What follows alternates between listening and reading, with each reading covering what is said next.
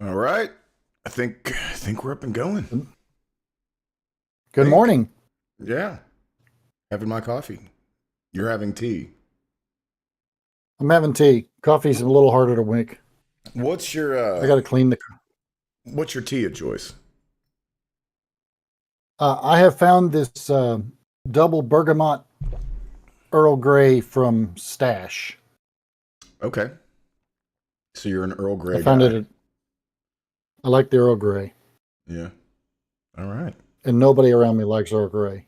I even have a Star Trek Next Gen cup, and it says Earl Grey hot on it when you get the cup hot.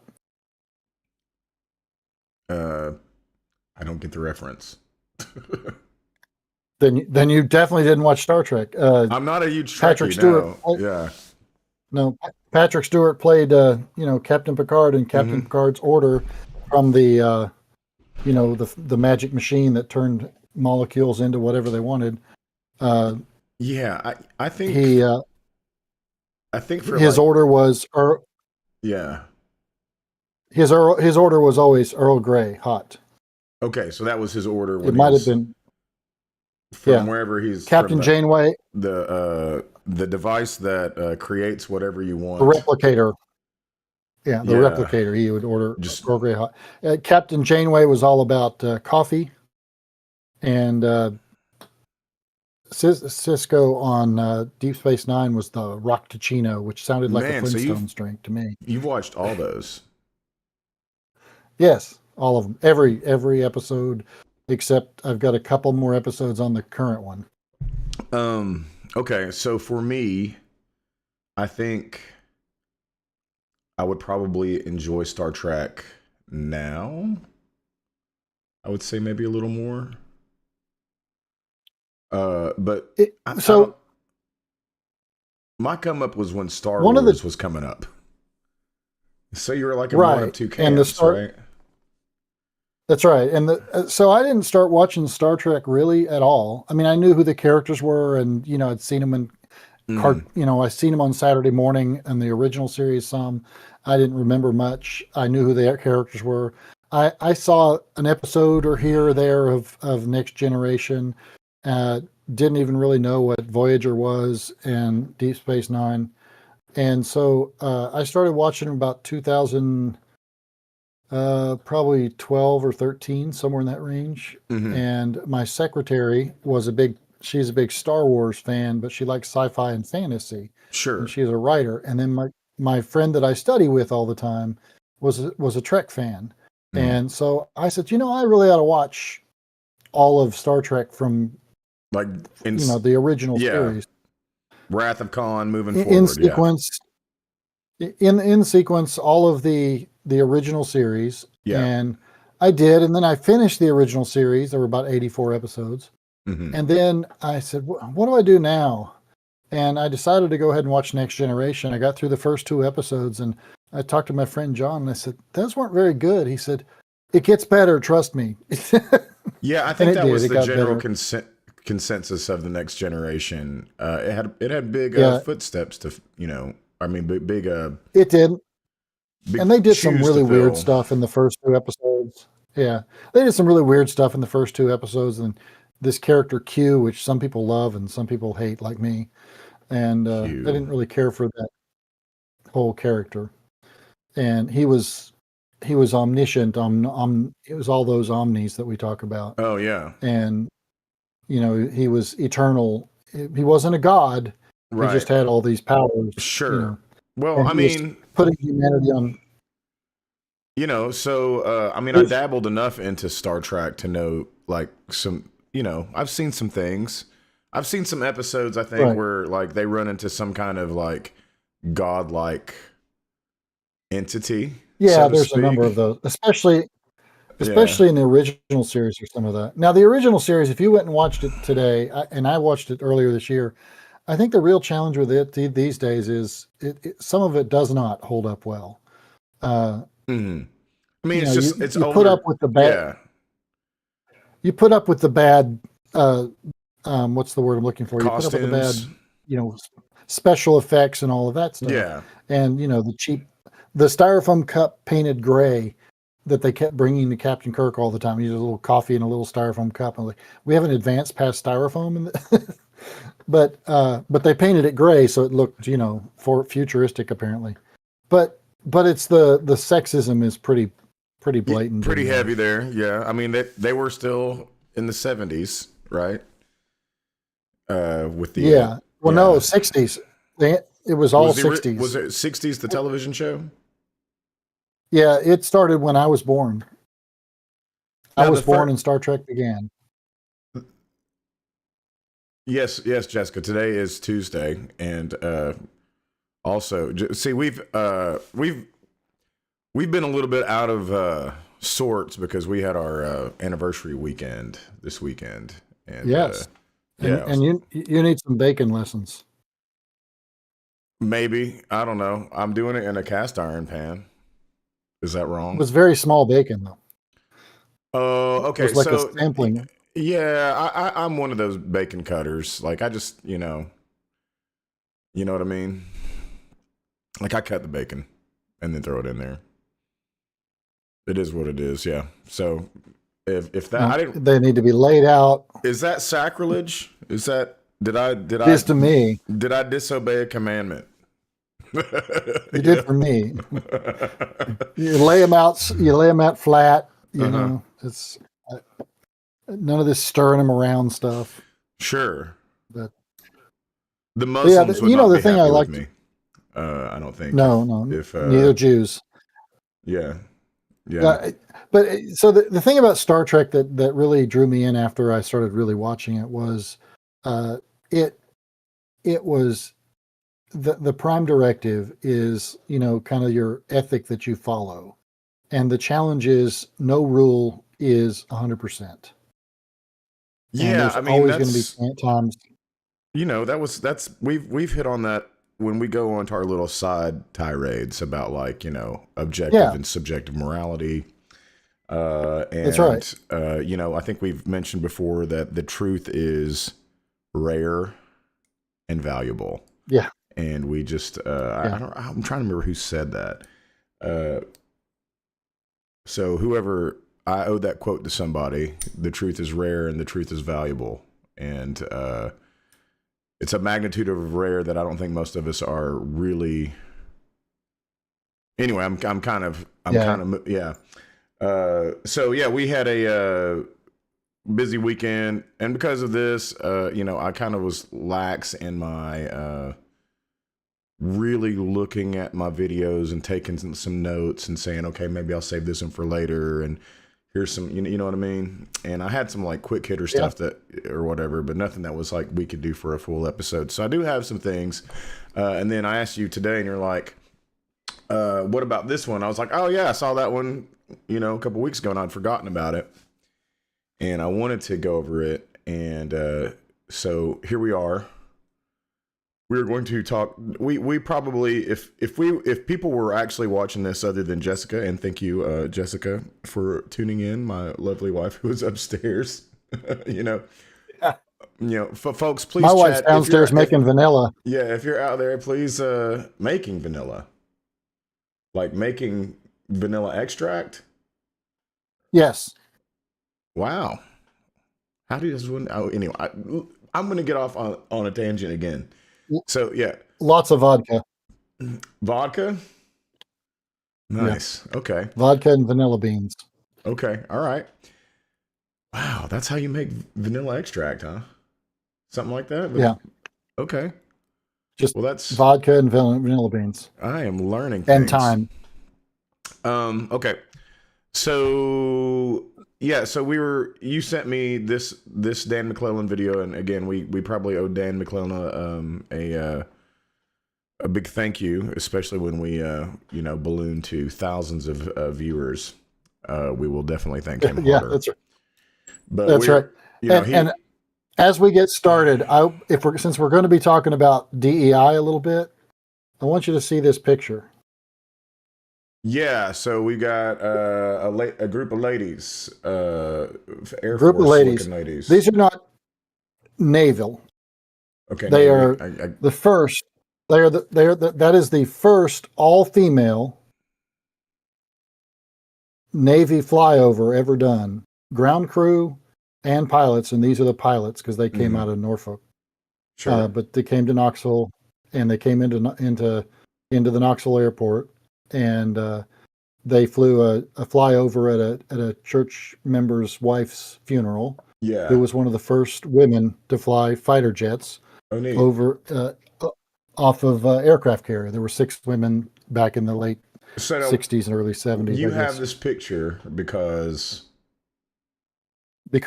I did the funeral and I was the one doing the service when the flyover happened. And okay, so I then met you're all these ladies. I met them all. They were, really proud to be there. And the DEI, this is what Trump is trying to do away whitewash with. away. He's trying to do away with. I would probably say. He was trying to do away with the recognition that was important. I would disagree. Okay, yes, I would probably say that's The history. That's true. I don't know. There's certain things that he's going to want. I don't know. He's just the way he is, man. It's like if you're doing it the way Trump does it, you show like a couple of examples of where they don't have it, right? Like for instance, here's our military ladies that are pilots, but then it's more like bringing back Confederate names for military bases and like with some. And the bringing back the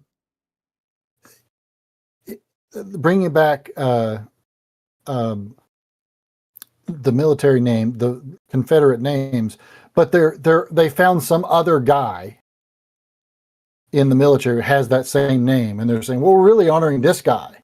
I'm like, "No, you're not."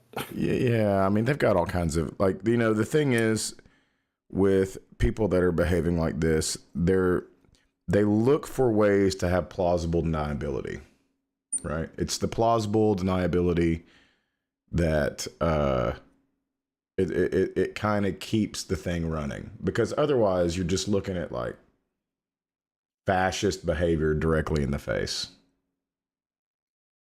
Well, that's what we're doing. So, but it's again, it's the plausible deniability. So in this case, like, let me see that picture again real quickly. Is it even plausible? Okay, let's see. I gotta put my glasses on here. Hold on, let's take a good look. Okay. So yeah, I mean,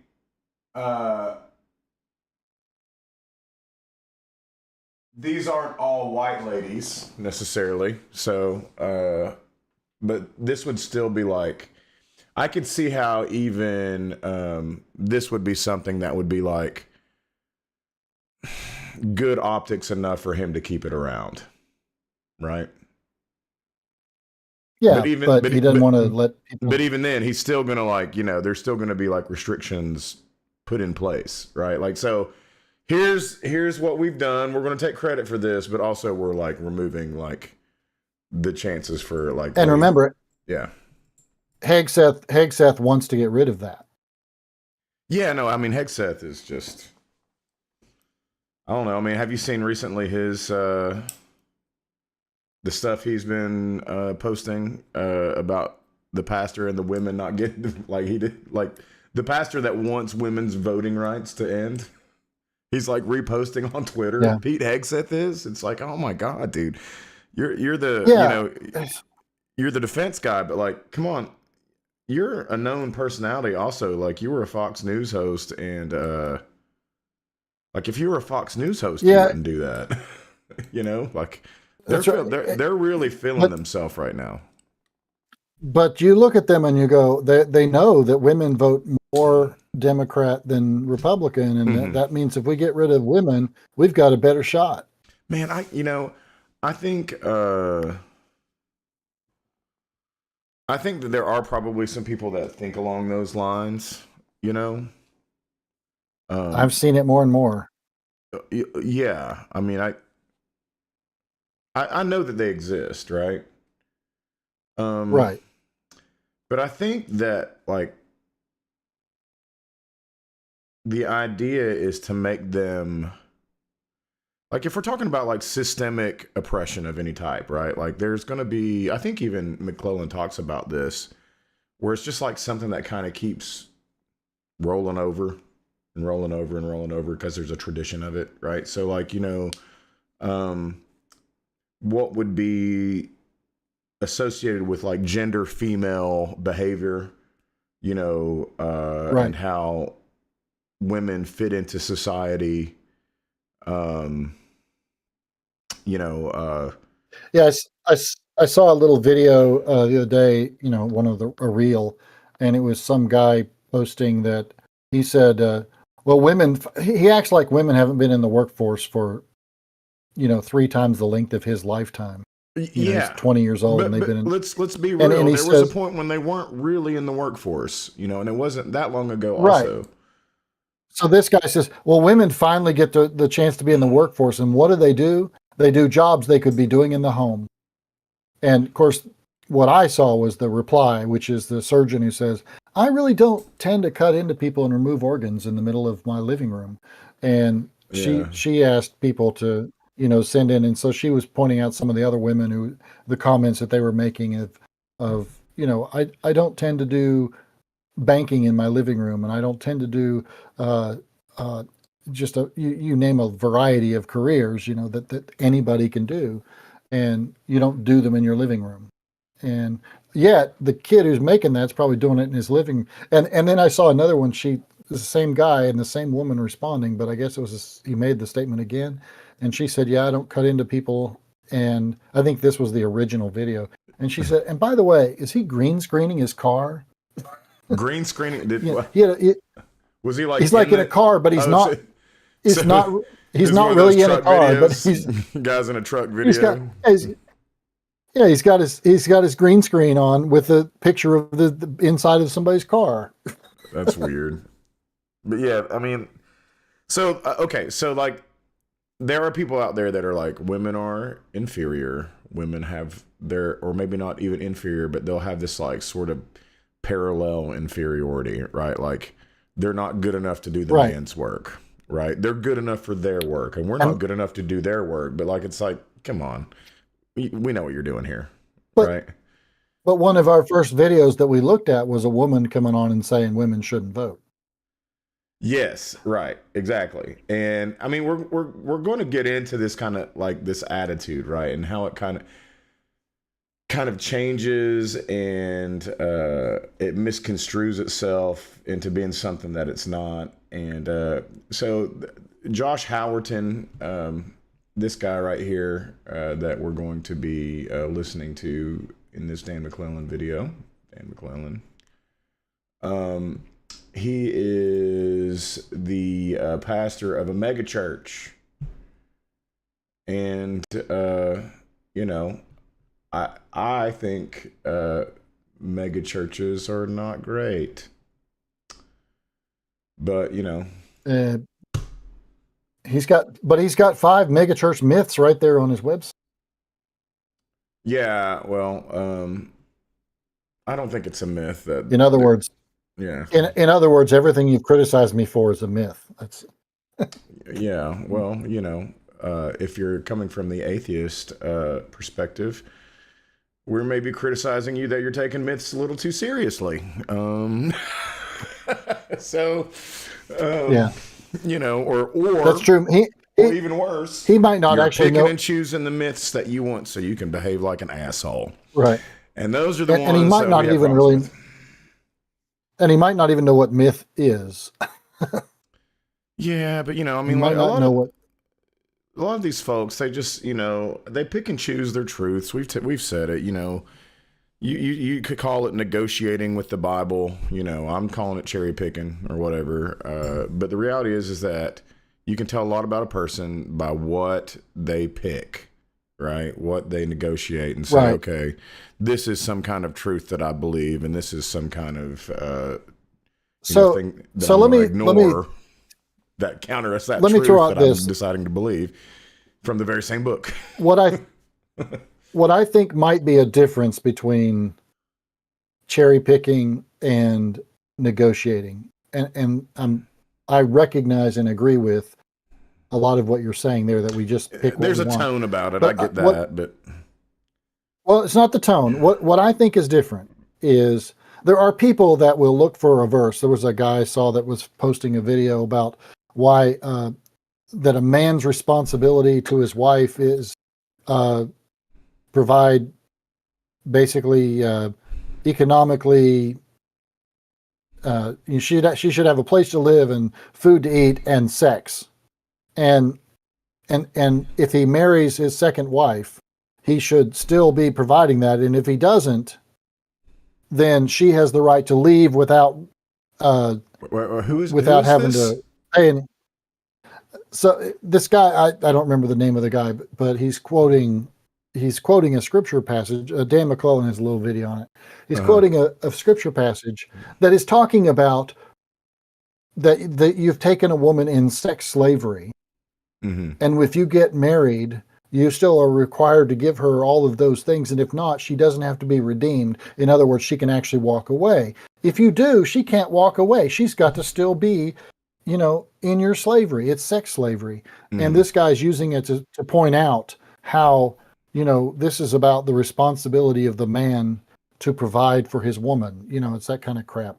And it's just, he took the verse out of context. But my point about the difference, though, between negotiating and cherry picking is negotiating is, I think, where it can be different.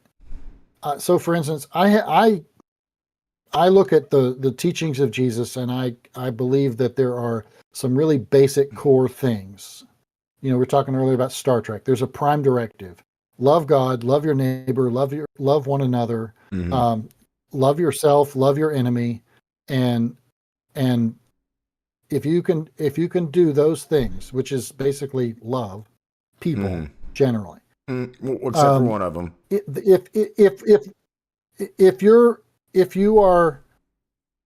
you are living by that principle, and you choose the kinds of things like in the Old Testament that you look back on and go, well, that's not really a loving act. That's not, but if you're picking, I don't like these people, so I'm going to pick that verse, and I want to prove my point about this, like the guy was doing about his belief on marriage. Then you're cherry picking. I do believe there is a definite element of cherry picking either way, but I think that there is, at least if you have a core principle that you're taking away from it, if the other things don't match the core principle, then you're not even doing it in good faith. Right. So that's okay. So then what you basically said is, if we're going to say it one way, negotiating, we're going to say you've studied it, you've come to a conclusion. Well, okay. So, say that last sentence that you said again. You said there was a specific word in there that I was like, okay. So you have core principles that you follow. If the things that you're picking and choosing, if the things that you're doing, that you're going, oh, this is whatever. If they don't match the core principles, then you're not negotiating in faith or faithfully. Okay, so good faith. Okay, good faith is what it is. Okay, so in good faith. Right. So like you've studied this, and but see, like the problem that I have with that is that I find people who have studied it, and they will tell you all the things they've studied. And listen, I believe that they put in some kind of work right here. Now, that work is still to get the question that they wanted for their answer, Right. If they have done exegesis versus eisegesis is I put in what I want. I take my dogma and I try to find what I can prove it with. There's that, and then there's exegesis. What does the Bible actually say? So, and that's already like if you're gonna, I don't know, man. I'm of the belief. Now I'm an atheist, but I was,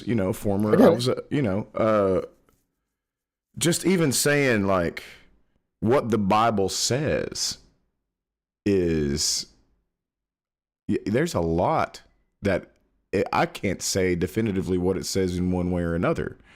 Not even necessarily and like that's not even necessarily when I'm saying, hey, this is where the Bible contradicts itself within itself, right? right. But more so like, what in the shit did I just read? You know what I mean? Like, Right. Well, okay. Dan McClellan will say, if somebody says to you, the Bible says,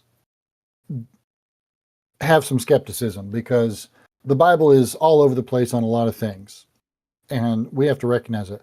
But if you're looking at a single story, and so for instance, there's tons of parables. There's all kinds of stories in the Gospel of Luke and in Matthew and Mark and all that. So in the Gospel of Luke, you have the Sermon on the Plain, which is different than the Sermon on the Mount that is in the Gospel of Matthew. They probably come from basically the same source. So from what I But understand there is about a the Gospels, and okay, so let me see if I got this. It's Matthew, Mark, Luke, and John. Matthew's first, right? Matthew, Mark, Luke. In the order you said of it in the- the order. You said it in the order. Okay, yeah. So like, and it was like they're all like within a certain, like John was written maybe some decades, maybe we think to be written some decades after Matthew, Mark, Luke. Is that correct? Yes, that is correct. And we believe that Mark was probably written first. In fact, there's hardly anybody that doesn't believe that who studies that. Mark was written first. It is definite that Luke and Matthew, whoever those people are, had a copy of the Gospel of Mark when they were writing theirs, because there's stuff that is basically verbatim from Mark that is in both Matthew and Luke. There is also a set of writings that they refer to as, here's that letter again, that they refer to as Q, because they didn't have a better name, I guess. They don't know who the author would be, and there's never been any document that is found that is that document. Q? But it is believed that Luke and Matt, Q, the letter. So it's a document that nobody's seen, nobody has got a copy of or whatever, but it's basically there's a set of literature that Matthew and Luke seem to have in common that is not included in the Gospel of I see. Whatever that is. Okay. So what I understood also is that there are certain, I don't know which ones were which, and if we're assuming that Mark is the first, then yes. it would stand to reason that maybe Matthew and Luke riffed off of Mark some, but it sounds like maybe Mark had some kind of, so Q is some kind of... Mark was the original. Q is a different, maybe some other gospel that somebody Q wrote. may have been some kind of resource to them. That technically maybe even a gospel that was before the other four, but at the same time, it was available to Mark. Was available to Mark and Luke. Yeah, maybe. I mean Matthew and Luke. Maybe not. Maybe to Mark also. Sort of like, okay, all right. Maybe not. There's no indication that he was available to Mark. Just Mark. There's just no Matthew indication. Correct. How would we know that? Styles of writing, the content that is there. Okay, sure. But if I took a Wikipedia and gave it to like 5 different people or 4 different people, there's going to be some things in there that are similar, right? But you're going to write differently. Like if you took what was in Wikipedia directly and put it into whatever you're writing, that's more like what we're seeing here. What I'm saying is that Q may have been the Wikipedia. We just don't know. Like I guess my question is, where did Mark get his? I mean, we're talking about, we're talking about word of mouth, or maybe he had something written. The word of mouth is a big part of it, and maybe there was some, people had jotted stuff down. Maybe there was small documents that were passing around. But I'm just asking, is it possible that the Q? Do we know for a fact that the Q thing could not have also inspired Mark? I will say that I've never heard anybody make that suggestion from the scholarly world. Okay. But beyond that, the importance is that Matthew and Luke have a lot of the same stuff in them, more than just what they have that's also in Mark. Gotcha. But even then, there are differences. There is a huge difference because Matthew and Luke are the ones that have a Christmas story. Mark does not. John does not. Yeah. And those stories don't match at all. Yeah. But the big Sermon on the Mount is what people most tend to hear, and they hear, "Blessed are the poor in spirit." That's from the Gospel of Mark. I mean Matthew. Sorry. Right. Hey, I think before you go into this, because I think you'll be repeating yourself again, because you're about ready to preempt old Dan McLaughlin here a little bit. Maybe we should hear a little bit what he's going to claim, right? Because Howerton makes some claims, and McLaughlin responds as he always does. I think what you're about to say is a specific. They're going to talk about that specific scripture, right? So I think the one from Luke. Just one where it talks about the poor. It might have even, I don't know. Maybe I'm wrong, but there's a lot about the poor. There's a lot about the poor. So let me make that little point. Actually, no, I think it's actually Leviticus is what he was talking about. This is Old Testament stuff. But keep going. So in Luke, he doesn't say, "Blessed are the poor in spirit." It says, "Blessed are the poor." Right. And there's a big difference between those two statements. And so for people, when they read the Gospel of Luke, they often interpret it because of the more popular, easier to digest, "Blessed are the poor in spirit," because what does that really mean, right? Yeah, because nobody in America wants to ask themselves if they're actually rich. Right. And comparatively to somebody else. So looking at the text and saying, what does the text that we're looking at actually say? What does the Gospel of Luke say? Means that we have to be challenged by what it says and not what we read into it. So if we read into it from what's in Matthew, we are going, oh, well, it really says this. No, what does it really say? It says, "Blessed are the poor." And it says, "Woe to the rich." There are no woes. There are no woes in Matthew. So okay. So, that's Matthew. I think I got confused because what he's going to reference is a contradictory. This is a New Testament versus an Old Testament contradiction, right? Where there's a lot of contradictions. Supposedly, actually, this is one that probably doesn't fit into a contradiction, but it's the one in Leviticus, I believe, where he's talking about the poor, and this is also Levitical law, right? So who are we even talking about? Right. But anyway, which is not very good for women. Yeah, right. But I mean, so who are we even talking about? I mean, specifically, it's probably a group of people in the desert somewhere in Egypt, right, or in that area. All right, here we go. Let's start with what he has to say. Really want to boil it down. What the whole wokeness thing was. All right, let's see it. It was defining justice as equal outcomes instead of equal standards. So this is an incomplete and a misleading representation of what's going on with diversity, equity, and inclusion. Because what it's trying to say is that it's wrong to focus on output from the system, equality of outcome. And we should be focusing on input to the system, and specifically the standards of the system. But we're also going to studiously ignore the system itself and say that is off limits. We cannot engage the role of the system in generating those outcomes. Because if there are unequal outcomes, it means one of two things in general. Either the input to the system was unequal, or there is something about the system that is generating unequal outcomes. There are systemic power asymmetries. Certain input is given preferential treatment while other input is denied that preferential treatment. And so you have to studiously ignore the system in order for the white supremacist rhetoric that Josh is carrying water for here to function. Because if you acknowledge the system... Real quickly, so when we start talking about white supremacy, this is something that I've run into as a problem with talking to friends over the years.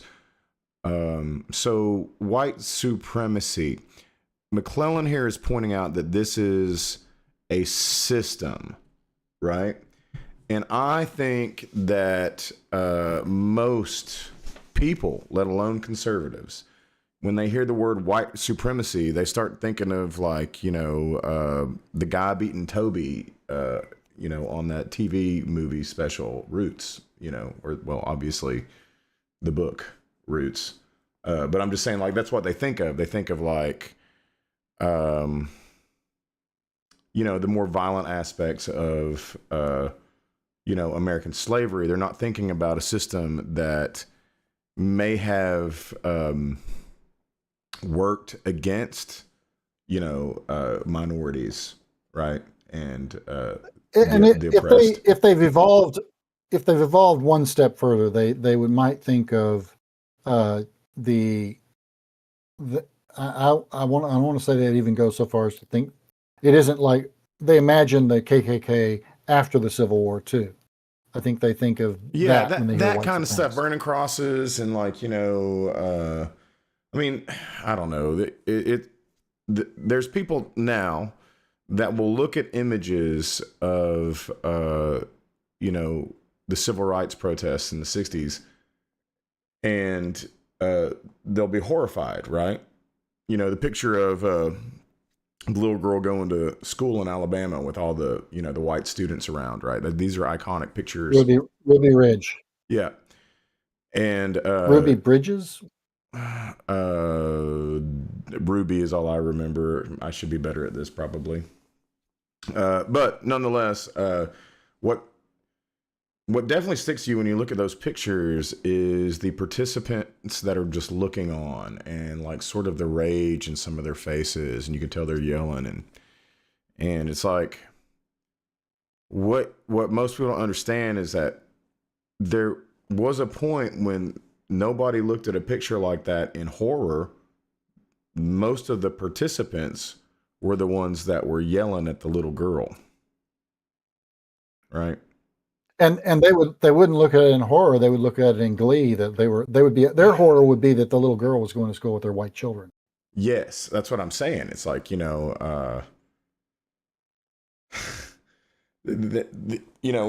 times have certainly changed when it comes to this stuff, but like, I've kind of lost my train of thought here because we kind of went.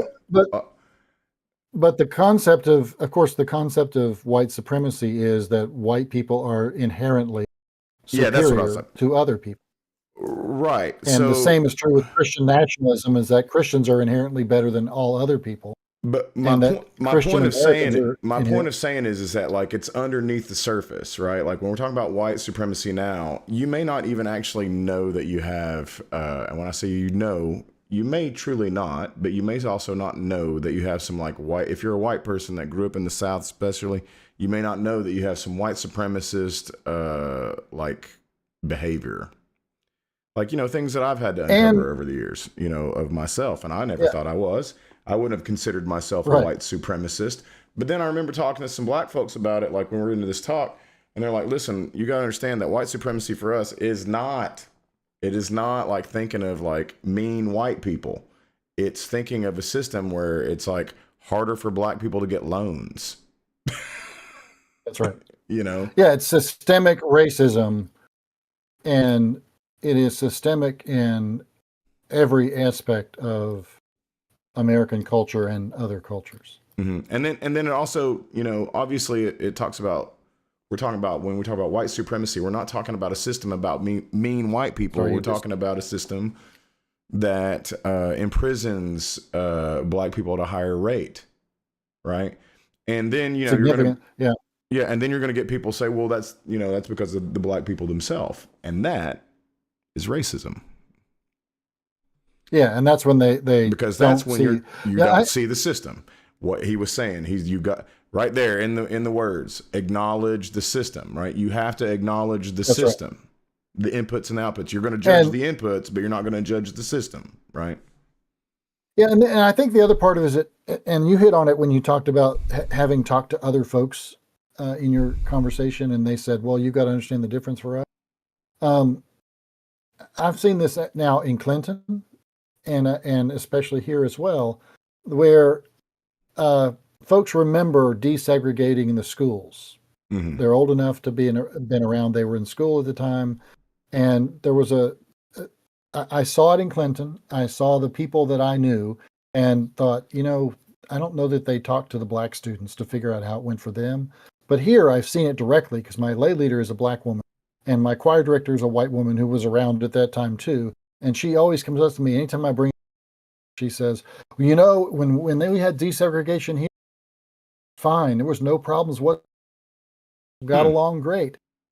My lay leader says, that's funny. My brother went to school because they had 1 year where black students had the choice to go to the white school versus going to the black school for 1 year. And then after that, it was everybody at the same school. But she said he got beat up every week. It wasn't good for us. Yeah. It wasn't easy for us. It didn't go smoothly for us. And we this all is see also things from our own lens. This is why minorities scoff at the slogan MAGA, Make America Great Again, because the times that you're talking about going back to are not like they're pointing back to a mythical 1950s when utopia existed. Yeah, which it's not a real thing. Did not. It wasn't even a real thing right. It wasn't even a real. If we're being honest, it wasn't even a real thing for a lot of the white folks out there too. But if we're being That's real, right. we're being real. We're on the heels of a lot of social change, and the pay gap between the richest Americans and the blue collar Americans was smaller, but that was because of a lot of government programs, like the things that came along with the New Deal.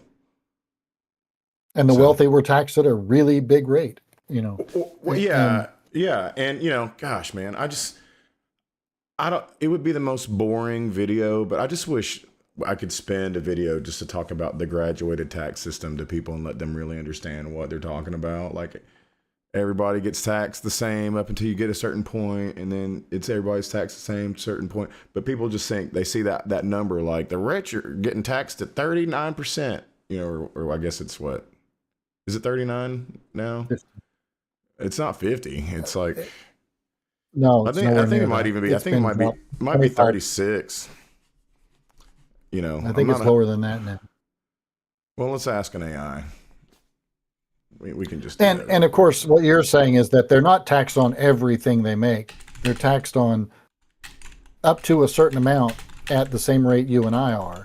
And then when they get over that rate, when you make over certain millions, then you get a higher tax rate. That's the plan. That's not how it works, though. 37. Yeah. 37%. So you don't get taxed 37% on your entire income. People don't know this. It's like, no, 37% is for what you make over, in this case for single fires, $626,000 in 1 year. So you only get which is plenty to live on. Well, but that's the money after. So you don't get taxed 37% for $626,349. Right? You get taxed lower rate. But people don't understand that. Okay. Moving off of the taxes. Taxes is a system. And we're acknowledging a system. But in this case, we're talking about... And that's... When we talk about justice... And by we, I mean, when the church talks about justice, we ought to be talking about looking at systems and saying what. So in Methodism, we talk about there are 4 things that balance a person's activity in their faith. I'm going to use that language because it's easier. Personal stuff like devotion, how studying the scripture, that's devotional time. Then there's worship, which is communal. It means we do it together. And then those 2 are, but then the other 2 are acts of mercy and acts of justice. An act of mercy is somebody's thirsty, you give them something to drink. An act of justice is this community has bad water. We need to fight for them so that poor people have access to clean water. Yeah, I'm big on those last two, man. So it's yeah, I agree. I think we both are. Yeah, the first two, I don't really worship with anybody because I don't. Yeah, and then Right. I will say I have done some studying of some scripture. Just I'm not Billy, Pastor Billy, Reverend Billy, the Reverend Billy Kurtz.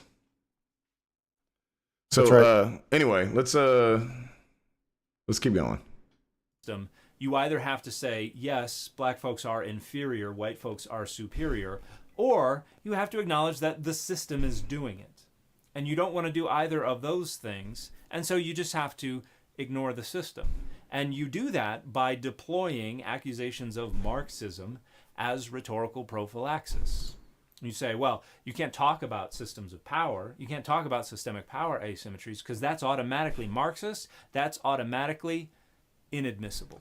I'm not. And again, we've had many talks about socialism and where maybe the Bible would land on that as a system of governance. So Yeah, I don't think it would fall into the Marxist category. No, I think Marx but, got a lot wrong. Well, but I don't know if Marx got a lot wrong, other than it was just a critique of capitalism, and people apply it in ways that it's misunderstood. I wouldn't call myself a Marxist, but I would say that socialism is just mainly misunderstood. I agree with that, and I would argue that what Marx kind of missed the mark on was what happens when people get power. Yeah, so okay.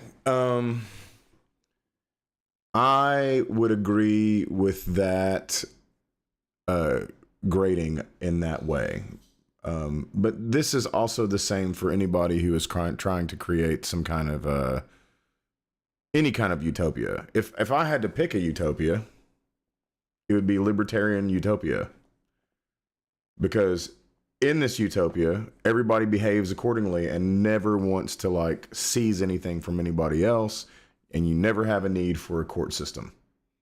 But once you have a need for a court system, libertarianism kind of just starts falling apart piece by piece, right? Yeah. So socialism, in reality, it falls apart. Socialism at its highest level is communism. If you've gotten to that point, man, you've gotten to a serious amount of automation, right? Which the AI people think is just the way we ought to go. So, well, no, the AI people are not thinking about socialism and communism, even though that may be the only answer. No, they're thinking about they're thinking about automating people out of the necessity to work. They're thinking about how much more profit that they can make if they could just cut out some workers. That's what they're thinking about. They're not really... One leader's business leader was saying that with AI, it will take down the cost of the taxation of employees, meaning he considers paying his employees a tax. Yeah, right. But at one point it's a resource, right? But instead of employment being a resource, I talked with Ed a bunch about this. I'm like, man, have you ever thought about what happens if the price of labor as it approaches zero? And it's scary to think about AI because there are things. We got on here we are off on a side tangent again. But we got off and we talked to that AI, Maya or whatever, and how lifelike it was. And I'm telling y'all, we are in the Nintendo Entertainment System days of AI. We're going to get to a point where that's right. We're going to get to a point where there is no telling on the phone the difference between an AI and a person. It's going to happen. I saw a little article on the news the other day that was a man that had been duped by AI for like 3 weeks. And he went down they didn't use the term rabbit hole or whatever, but he basically believed that he had uncovered something major and that he was trying to report to the FBI and all this stuff. And of course the FBI wasn't responding to his stuff, and the AI was just reinforcing everything he did. Yeah. And one of the one of the things that they were talking about, they had a so-called expert on talking about it, said, so what do you do to find out if your AI is biased? And their answer was, All of them are biased. Well, yeah. So what you can do, what the suggestion was share a piece of poetry with it and say, AI, what do you think about this poem? And the AI will give you a response to what it thinks about the poem. Then share the same poem and say, I like this poem. What do you think about it? And see what the response is. And then do the same as, I really don't like this poem. What do you think about it? And see what the AI response is. And if they're very different, then you have a bias. It's going to lean into whatever bias you have. Sure. I mean, ultimately AIs are just word calculators, right? And that's right. What I mean that's by the thing that people is seem to forget. They're just, I mean, it is true. I mean, they're just really super powerful, I don't know, autocorrects in a lot of ways. Yeah, right? it's a super powerful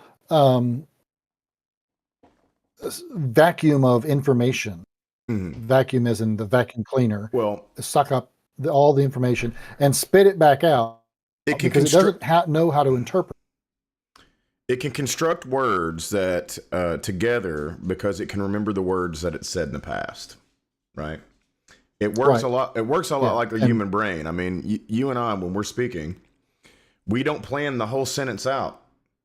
We go word at a time. That's correct. And so it's just, what's the next word that works best? What's on this topic? What's the next word that works best on this topic? What's the next? And it's amazing what it can do.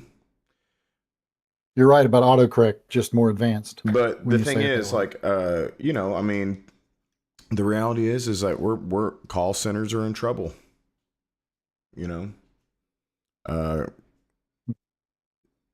All the stuff that, like, secretaries, all the stuff that, like, needed, like, if you had a business that needed 10 secretaries, now all of a sudden you might only need 2, right?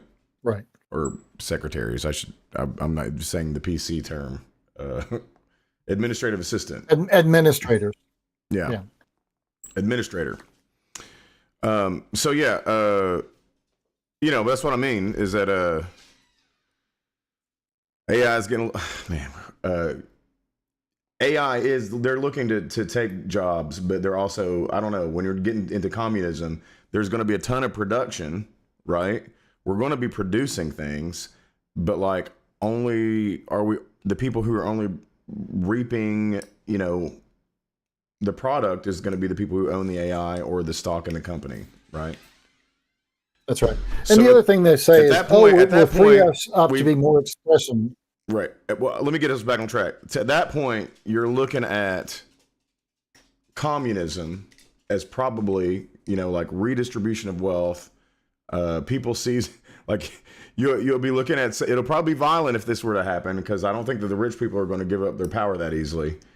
But, like, you'll have all these people out of work, so I don't know what to do. I don't even know where this even ends when you think about this rabbit hole that you can go down. And they've built this, and the system is built on, these days, telling middle-class folks in particular that the reason your taxes are high, the reason you're struggling is because the poor people are taking from you. They're taking advantage. Yeah. And now you're going to create more people that have to receive a minimum income or something like that. Yeah. It's interesting in Star Trek. Back to that. They've eliminated the need for money. Well, because they never really talk about fuse atoms together and get whatever you want. Yeah. That's Exploration is the only industry. And that's right. It's neat. One day. We got to get fusion first, I guess. Right? Wasn't that the thing? Well, we're getting there. In Star Trek lore, isn't that the first thing? They had to get, like, fusion first, and then it was, like, all the rest. Well, it wasn't fusion. It was other, they use... their power source. Something crystal. Yeah, they have a different power source. It's not fusion, but it's... Oh, I thought it was fusion-based. Dilithium crystal. Dilithium crystals or something like that. Oh, okay. Something science and they fiction. Create... Right. Yeah. But anyway, yeah. So like, I guess what I'm saying is that one of the problems that I have, to get back on what I look, man. I know that there's a lot of people that want to like. It's almost a tradition in the United States to go after socialists and communists, to the point of like nobody really understands what it is, right? Amen. Nobody It's just understands words. what it is. I mean, the point was to say is like, if we were to look at like, you know, providing healthcare, providing education, providing shelter, you know, providing food, these are very Jesus kind of things, right? So like, yeah. So if having a bigger social net, safety net, or having, you know, a UBI, because eventually we get to the point where the robots have taken so many jobs, you know, like, I don't think people should be looking at socialism in like bad ways. What's up, Jack? Jack Wolf is a musician from Knoxville, Tennessee, who moved down to the Keys. And yeah, man. And he sends me fun. Jack, it was 58 degrees here. Yeah, Jack was in the 50s here this week. Jack has a lot of bravery that I never had, to just say, screw it, I'm going down and living that life. But I look at his Instagram and drool. So, yeah. All right. So, moving on. I just wanted to make the point real quickly that socialism needs to be looked at in a different light, y'all, especially the way it's going. I also, it exists already here. Yeah, no, it's already here. It's already here. It's already here. Not even going to engage. I'm going to deflect all of that away. And the reason for that is very clear. It's because you cannot engage the irrefutable reality of systemic power asymmetries. There is just no case to make that the system is not structured in a way that serves the interests of white folks. And this also is what leads to white folks insisting that racism is entirely a question of individual prejudices and is not systemic, even though from the very origins of the term, it has overwhelmingly been used to refer to systemic power asymmetries. You have to deny that and say, no, it's just personal prejudice. Therefore, if there is no personal prejudice, there is no racism. Even though the system can reify that racism all on its... Again, it's not about personal prejudice. It's not about mean white people. You know, it's about a system. Just want to keep that in mind. Own without the personal prejudices. And there are many different ways that this works, and there are many different ways that it has been demonstrated. So, for instance, if we just go back to the 30s and the 40s, when a lot of the urban centers and the suburban centers that are still existing today were originally drawn up, we can look at the way redlining influenced who got mortgages and who was denied mortgages, and the fact that it overwhelmingly gave preferential treatment to white folks and denied preferential treatment to black folks. We can look at the way that highway... Pause. I just want to throw this in real quickly. I said this in I think I said it in one of our Bible studies, talking about redlining. And literally the only person in the room that knew what I was talking about besides me was the black person. Yeah, I mean, this is what we're talking about, like getting loans, you know, and we're going to get to this eventually. He talks about like Howerton talks about the things that he tries to make like what people are saying when they say, hey, this is racist. He's trying to say this is absurd. And, you know, that's one of the things, like when you're talking about redlining, he says, yeah, now interstates are racist. And you're just like, well, you know, man, listen, roads aren't necessarily racist on their own. But like, if the roads were used to divide neighborhoods, then, you know, hey, there's a conversation here, some context, some nuance that maybe could be appreciated if you didn't look at it directly in its nose and nothing else. You know. So, based on what when we get to that, I was like, based on what I saw, that apparently all megachurch pastors are a-holes. So, see how polite I was? See, man, I don't know. Are they? I kind of. No, they're not. It just he is. Oh, okay. I was really questioning. I was like, man, it's a possibility. I was. It's believable. Yeah. Like I've got friendships with a lot of, I don't have a lot of mega church pastors that I know. I've met one, and he's a Yeah. really good guy. So, I mean, like, I don't, the thing is, mega church pastors, have you seen The Righteous Gemstones? No. Oh my God, Billy. I wonder if we can do that on Facebook and YouTube and Twitch. Can we watch an episode of The Righteous Gemstones and have fun critiquing it? Maybe we can. I'll have to look into it. HBO. It's an HBO thing. Dan Goodman. Roseanne's husband. Is that right? Am I saying? Who is Roseanne? You're close. You're close. That's just not his name. It's not his name. Why can't I think of his name? Anyway, he's like in it. Oh man, it's hilarious. It does a lot of fun critiquing of the megachurch lifestyle and operation. So you got to think about something that's that big, right? And powerful. And I don't know. Is it true that power corrupts? Always, in every case. And I look at a lot of these mega churches, I think they've got to be doing some good work in some ways. Got to be, right? I know they are. I know that they've built some communities, sure. And they've tried, and I think in their own little way, they're trying their hardest in their way. And, I think every person on earth, even like Vladimir Putin, probably thinks that they're the good guy, right?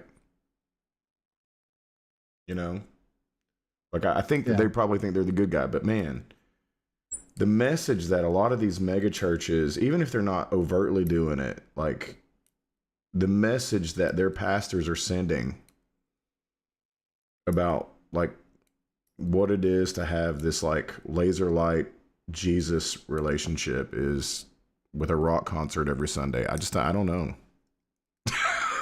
Yeah. Are they assholes or not? They're probably nice. Where you got confused on the guy's name, it's Danny McBride, who's the writer. John Goodman. Goodman. Dan is the name of the character. Right. Exactly. Yeah, okay. Yeah. That he played. Yeah. And only in that character was he married to her. Then that other jerk was married to her. A mega church pastor in Tampa just got arrested for slavery. Oh, Jesus. So like, so when we say what level and of darn well sex slavery, right? Golly. Man, I tell you, listen, church pastors out there, listen, I know. The thing is, I'm not talking about Billy here. I'm addressing the pastors here. I'm gonna look directly in the camera and say, like, look, man, some of y'all are out there just really hurting the rest of the pastors.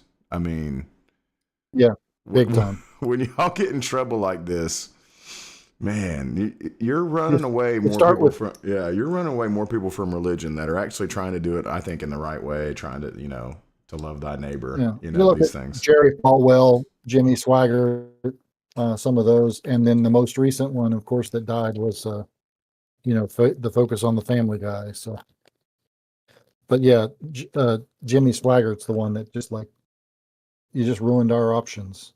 Yeah. Okay. So back to asshole preachers, Josh Howerton. Ways and interstates were built intentionally to segregate white folks from black folks and to mitigate the ability of black folks to access more affluent neighborhoods and their retail and commercial districts. We can look at the way that they were also drawn up and built to give greater ease of access to jobs and to downtown to the folks who occupied the more affluent areas that, again, were being intentionally made more difficult to access for the folks who occupied the blighted districts, which also, by the way, were overwhelmingly identified. Hey, Jack, is that something I can put on the YouTube?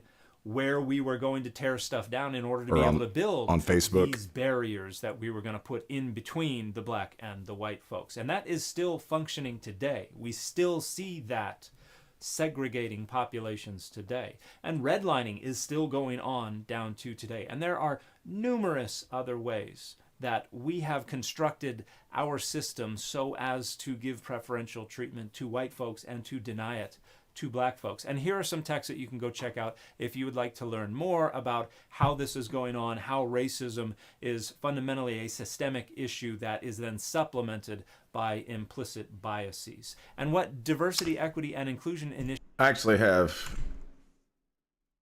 supplemented by I have that book and have read it. implicit biases. And what learned diversity, a lot. equity, and inclusion initiatives are all about is trying to identify ways that we can take corrective steps. And this is unacceptable for a lot of white folks because they feel threatened, because when you're used to privilege, equality feels like oppression. And so you have to identify attempts to level the playing field as racism against you, the white person. Oh yes, the reverse racism. This is the classic play. Is absolutely bafflingly stupid, because racism has always been about systemic power asymmetries and prejudice on the part of more powerful groups against less powerful groups. And that was all redefined during and after the civil rights movement, precisely as a way for white folks to gin up rhetorical prophylaxis to protect their privilege. And so now we have folks saying DEI is racist against white folks, which is absolutely asinine. DEI has always been inadequate to level the playing field. So has affirmative action. Even with affirmative action, white students are still more likely to receive need-based funding than black students with the exact same application.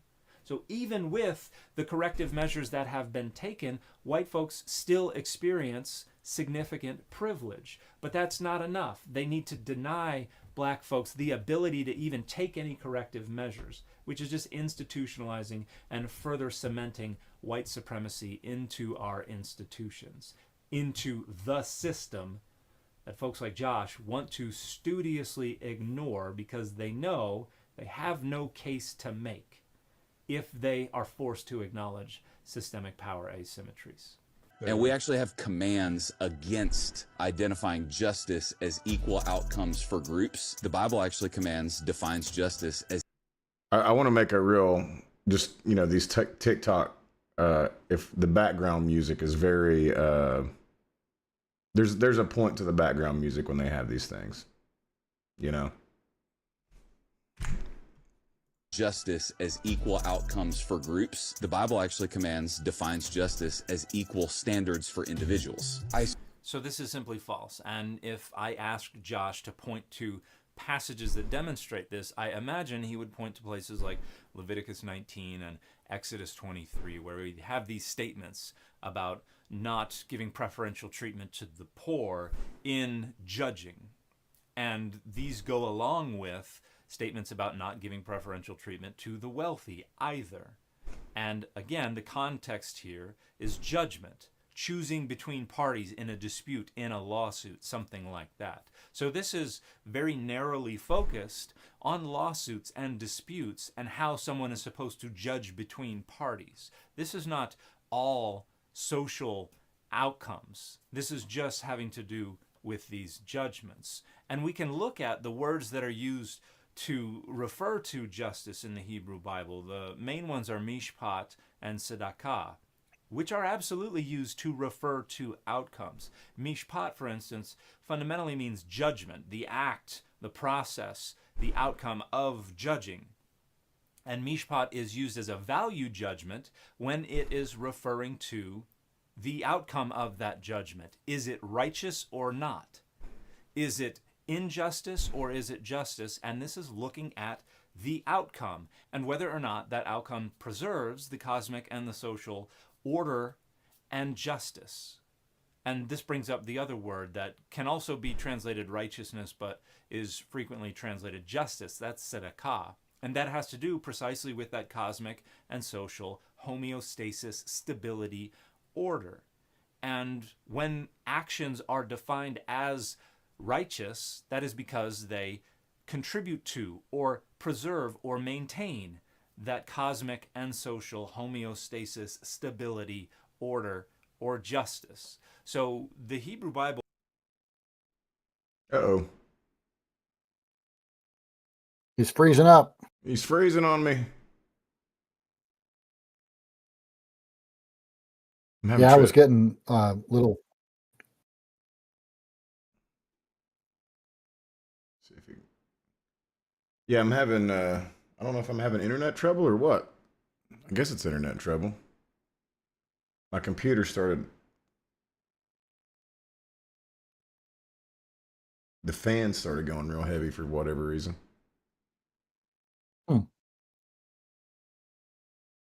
But I'm looking at my resources. It's like not even a third of it. So I don't know. Probably the internet. Anyway, I guess we could here well when he comes back on, I guess he comes back on.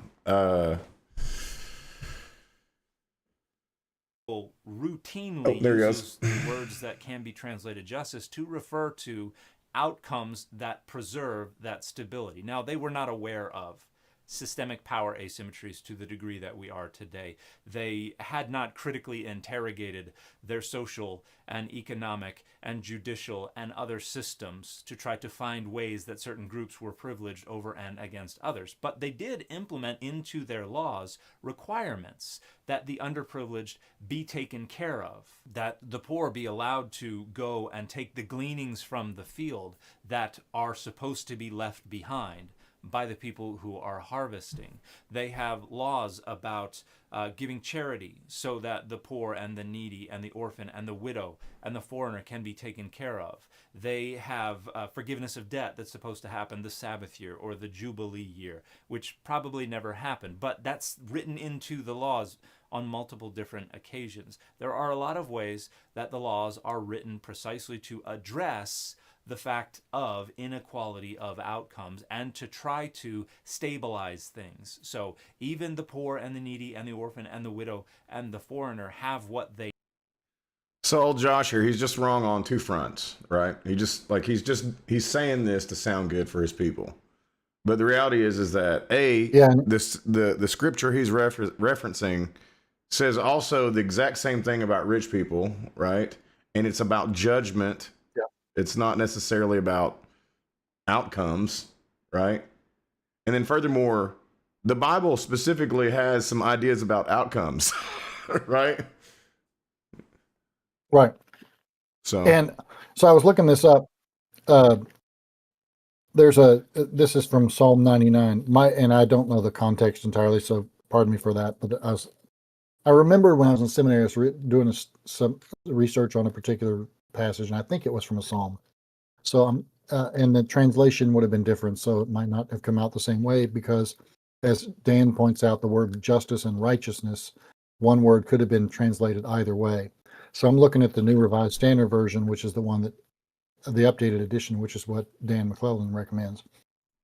In 99:4 Psalm, it says, "Mighty King, lover of justice, you have established equity, and you have executed justice and righteousness in Jacob." And there's another somewhere that I can't seem to find that refers to justice and justice. And it's referring to both kinds of justice, the kind of justice that comes through the court system rulings, and then also justice for the poor, justice for the widow, justice. It's referring to both kinds. Anyway, they need. It's not intended to make all outcomes equal, but it is intended to stabilize those outcomes so even the underprivileged have what they need. So the notion that the Bible is anti-DEI or anti-CRT or anti-woke is only half true in the sense that the Bible is not aware of the types of systems that we are aware of now. When it comes to whether or not the Bible actually addresses equality of outcome, it absolutely does. It frequently focuses justice on outcomes and whether or not they contribute to or detract from that cosmic and social stability and order. So again, Josh is simply wrong. Started going like, dude, people are misdefining justice, and so they're seeing injustice in insane places where it's it's absurd. Where people were like calling literally everything white supremacy. Anywhere that there was any inequality of outcomes for groups. That must be injustice. So we'll just do these really fast. These were the most absurd ones. So here, So he think Josh he's is about to gonna make some double jokes. down on arrogating to himself the authority to define, dictate, and declare what the experiences of black folks are allowed to be, which is precisely a reification of white supremacy. But we're also going to see that Josh is... Here we go again. Let's see. We're at 11:18. It's like when I did it last time, I just refreshed all of it. that away. And the reason for that is very clear. It's because you cannot engage the irrefutable reality of systemic power asymmetries. They're wildly misunderstanding and misrepresenting what is actually going on here because he does not read past the headlines and sometimes doesn't even honestly read the headline. So highways, racist, totally racist. Highways are racist. So first off, that's the Washington Times, which is a... Oh, Yeah, man. so if you couldn't It's the Washington Times. couldn't tell that by the Yeah. it actually showed the picture of the article. Yeah, the Washington Times is a right-wing source. And Yes. I mean, but this is historical, right? Like this is I wonder if I mean I should have enough Wi-Fi. I don't have it's not even on Wi-Fi. We're plugged in on fiber. So let's close this tab and maybe that one. And let's see if we got it. right-wing authoritarian outfit. That is obviously being antagonistic with this headline. This is not the identification on the part of advocates of DEI or CRT or wokeness saying highways are racist. Now, as I already pointed out, the design and the construction of highways were intentionally intended to benefit white populations and not benefit black populations. So they were designed by folks with racist goals, and they were intended to facilitate white supremacy. That does not make the highways themselves racist, but it points to the historical fact that is beyond dispute that they were built in order to give greater access to power and resources to white folks and deny that access to black folks. Obviously, exercise, very racist. Exercise.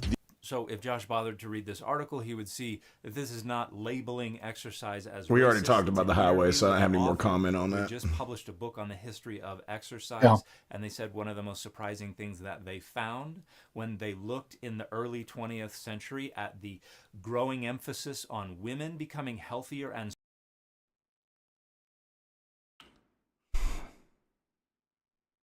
Well, this is frustrating. But yeah, let's go. We'll preempt his exercise talk and just say,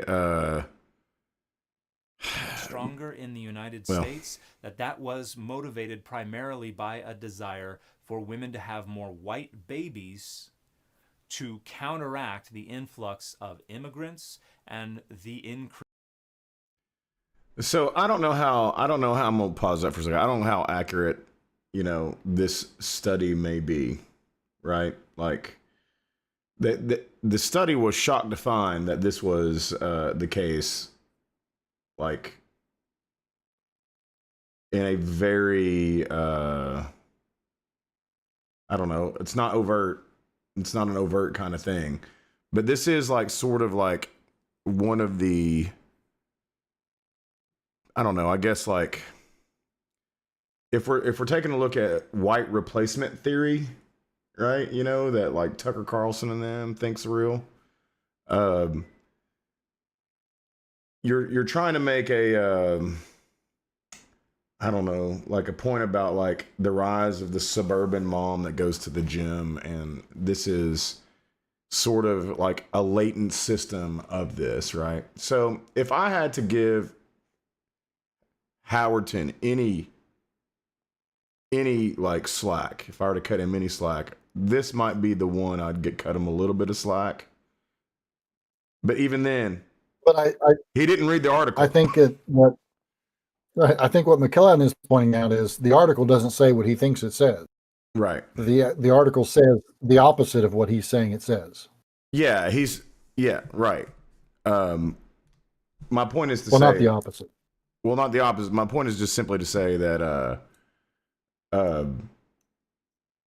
this isn't saying exercise or being healthy is racist. It's not saying that at all. Right. It's just saying, like, it's examining, like, macro things, like macro systems. Right. It's a historical systemic thing that was happening that is what built the industry to a certain point. It doesn't mean that today all exercise is racist, nor is exercise stuff, equipment, but also companies don't necessarily, fall into that anymore either. Right. Of course, we also look back at the exercise world back then and go, boy, they had some really weird stuff. Oh man, those are some fun things. The one that I love the most, and I've seen some people who have them because they're like antiques. Like this is like, it's like rich people furniture, and I play a lot of rich people's houses because they need a guy with a guitar sometimes. And I've seen this at two houses. It's one of those, like, you stand on it, right? And you put like this thing around your waist, and it just jiggles the shit out of your fat. I knew that's where you were going. I knew exactly where you were going. Yeah. And I'm just like, man, what did they think this was doing? But you're right. They were all over the place. They were, But especially in the 50s and 60s. That's my favorite one. But like, there are other, I mean, gosh, they thought smoking was healthy. That's right. Your doctor said smoke a little less, but go ahead, keep smoking. No, I mean, doctors were at least maybe somewhat honest, as they were probably smoking a cigarette and giving them their diagnosis. That's right. But, the ads were like vitamin-enriched cigarettes. That's right. Do you ever remember going to a doctor's office where people were smoking in the waiting room? Yes. Isn't that sad? I mean, I remember the smoking side. This is when we believed that smoke didn't travel. Yeah. I went to this place. It was a diner, a big diner. It was a, 50s style diner. This was in 1990, 1989, something like that. And my date and I were going out, and we went to this place, and we walked in and said we'd like the non-smoking section. And the woman walks us over just like 20 feet from the front door and sets us down in this booth. And then a little bit later, you know how booths are double-sided? Mm-hmm. So you're sitting in a booth that's a piece of furniture. The other side is the smoking section, yeah. And literally, she sat somebody down and they started smoking. And I said, ma'am, we asked for the non-smoking. She said, this is the smoking section. This is the non-smoking section. Yeah.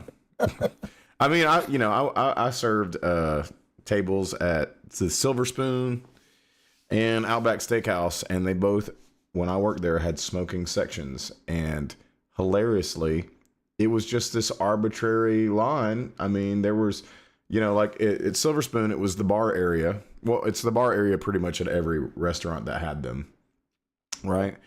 And Shoney's. the only, I mean, there was just, it wasn't even a wall. You could literally, that's right, reach over the booth and touch the people that were in the non-smoking if you're in the smoking. At both. Now, I don't want to get into. Yeah.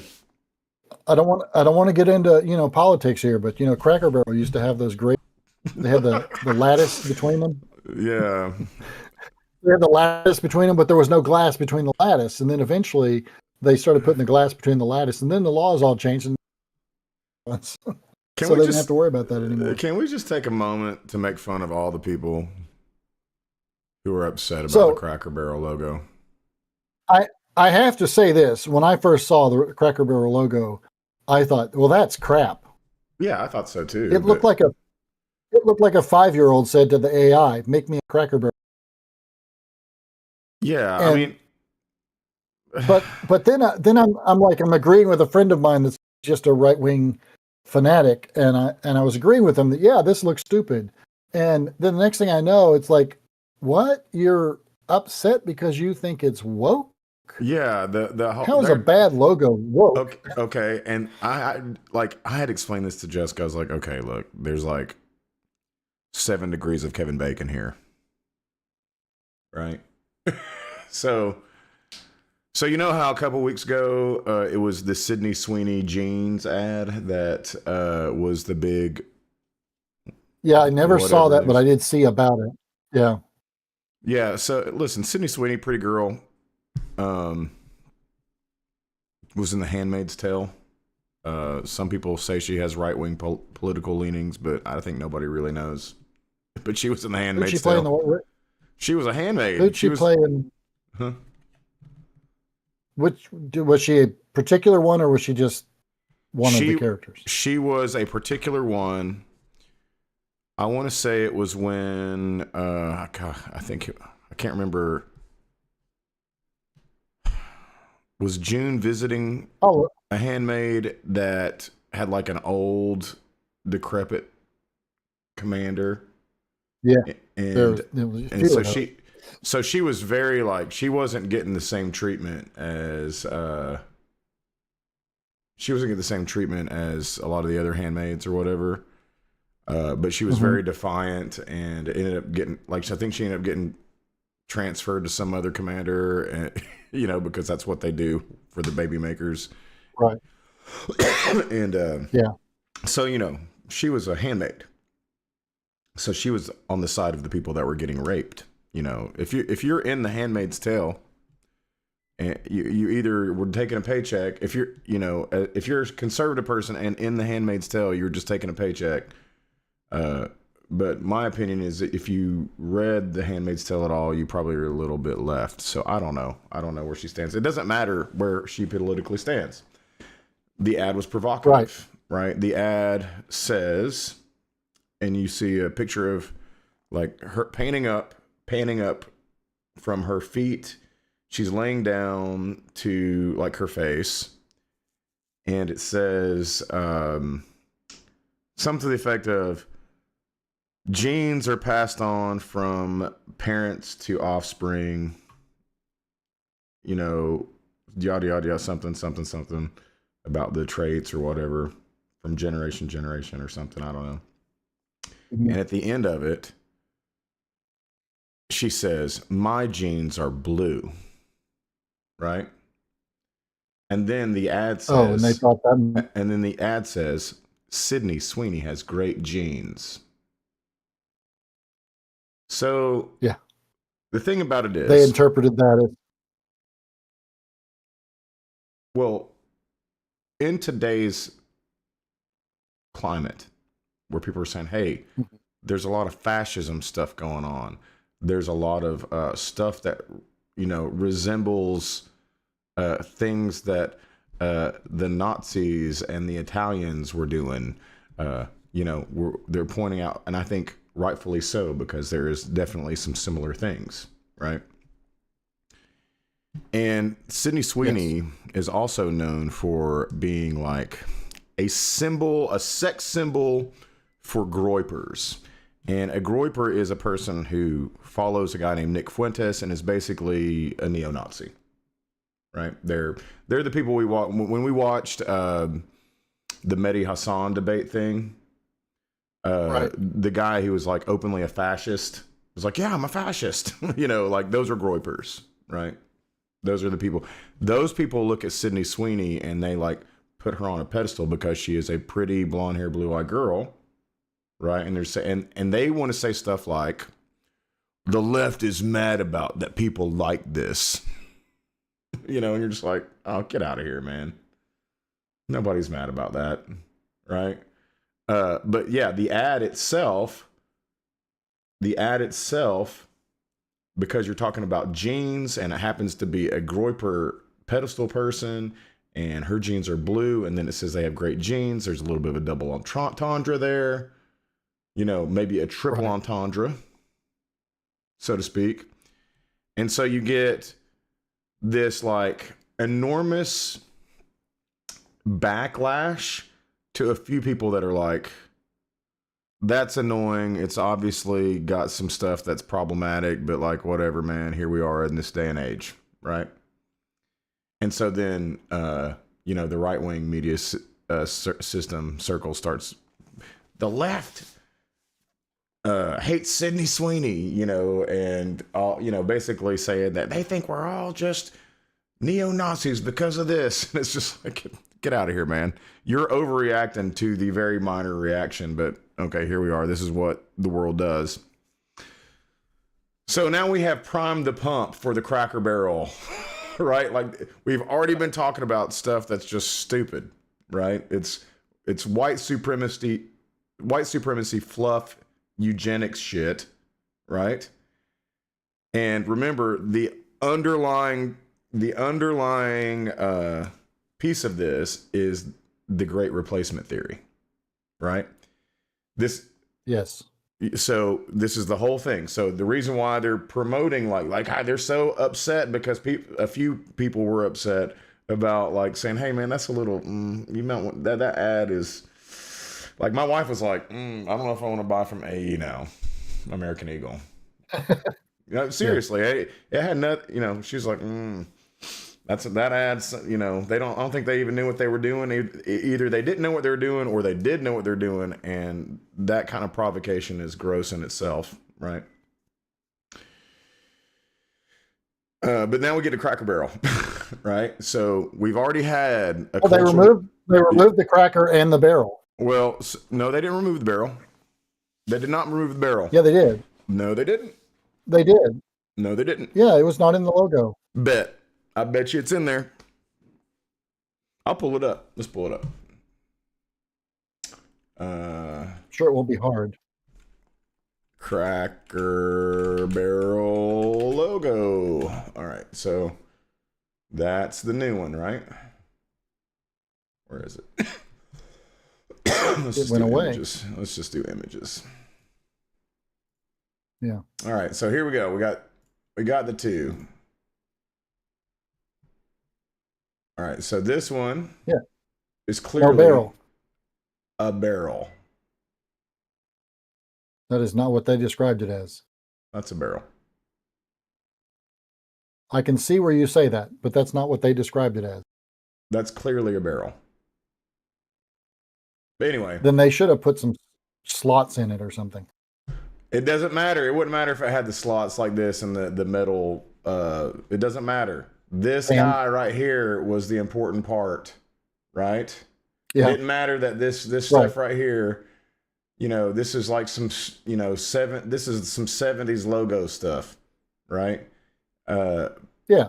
This is like generic corporate, we're changing our crap stuff. Like this guy right here is the guy that represents the Great Replacement theory, because if he's gone, look, they're replacing the white guy off the Cracker Barrel. They've gone woke, right? Like that's right. That's the stupidity of it. You're right. Yeah, you're right. It is. But I heard Brent? A lot of complaints about being gone too. I'm making the argument this is the barrel. I'm pretty sure that this is. I see your argument. They didn't do a good job of enunciating that. You know, in any of their statements about. But it's not this kind of. But the interesting thing is that the really important thing you're saying though is I had not put together the white replacement thing. The other thing you said that also needs to be reminded of people is that was not their original logo. The old white guy, sitting as you said. This was the replacement 70s logo. Yeah. Let's find the old logo. Let's see. Let's say logos through the years. This is your life. Okay. So, I don't know. Here we go. Go back up to the top. This one right here? So, that Cracker Barrel Old Country Store, why does everything have to go to a... I'm sorry. See, that says 1969 to 1970.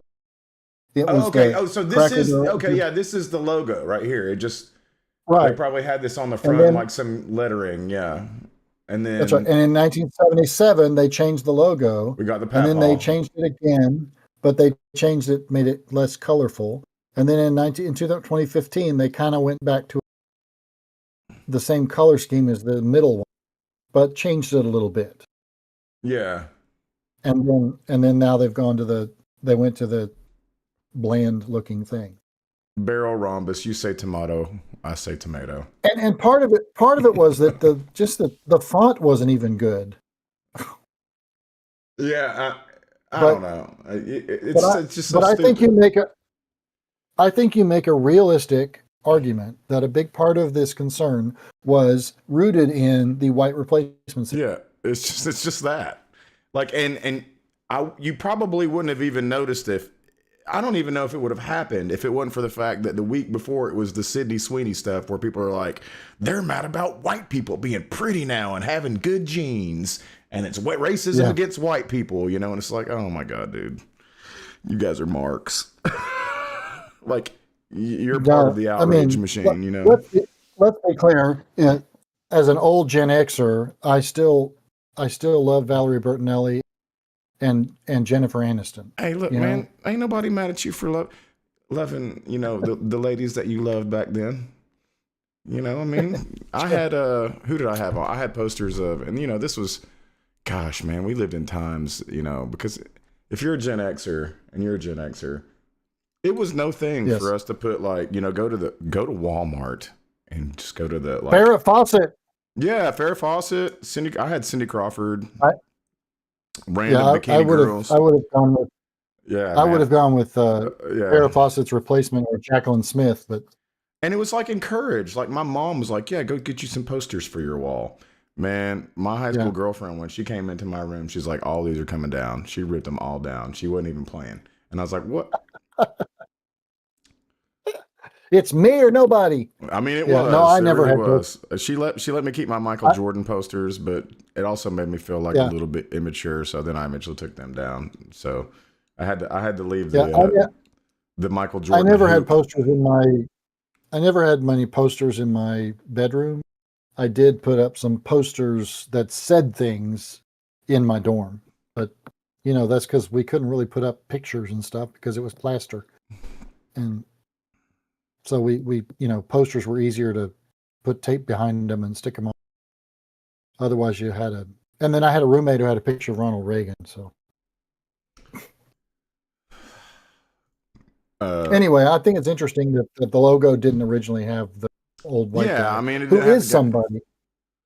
You know, I mean, he is actually Uncle whatever his name is. yeah, but who cares, man? Like this is just, man. Well, Uncle yeah. Herschel was the. I read in and this is another one of those lovely newspapers. It was a Washington Examiner story, and they apparently interviewed the founder of Cracker Barrel, and he was glad they went back to the older logo. He didn't get into really hating it on the level of what some people did, but he didn't really like it, and he's in his 90s. And he thought his comment was basically they need to get back to doing the simple things like the good food they've made instead of trying to be fancy with their food. Because along with the logo, there have been some changes in the menu. They started serving beer, right?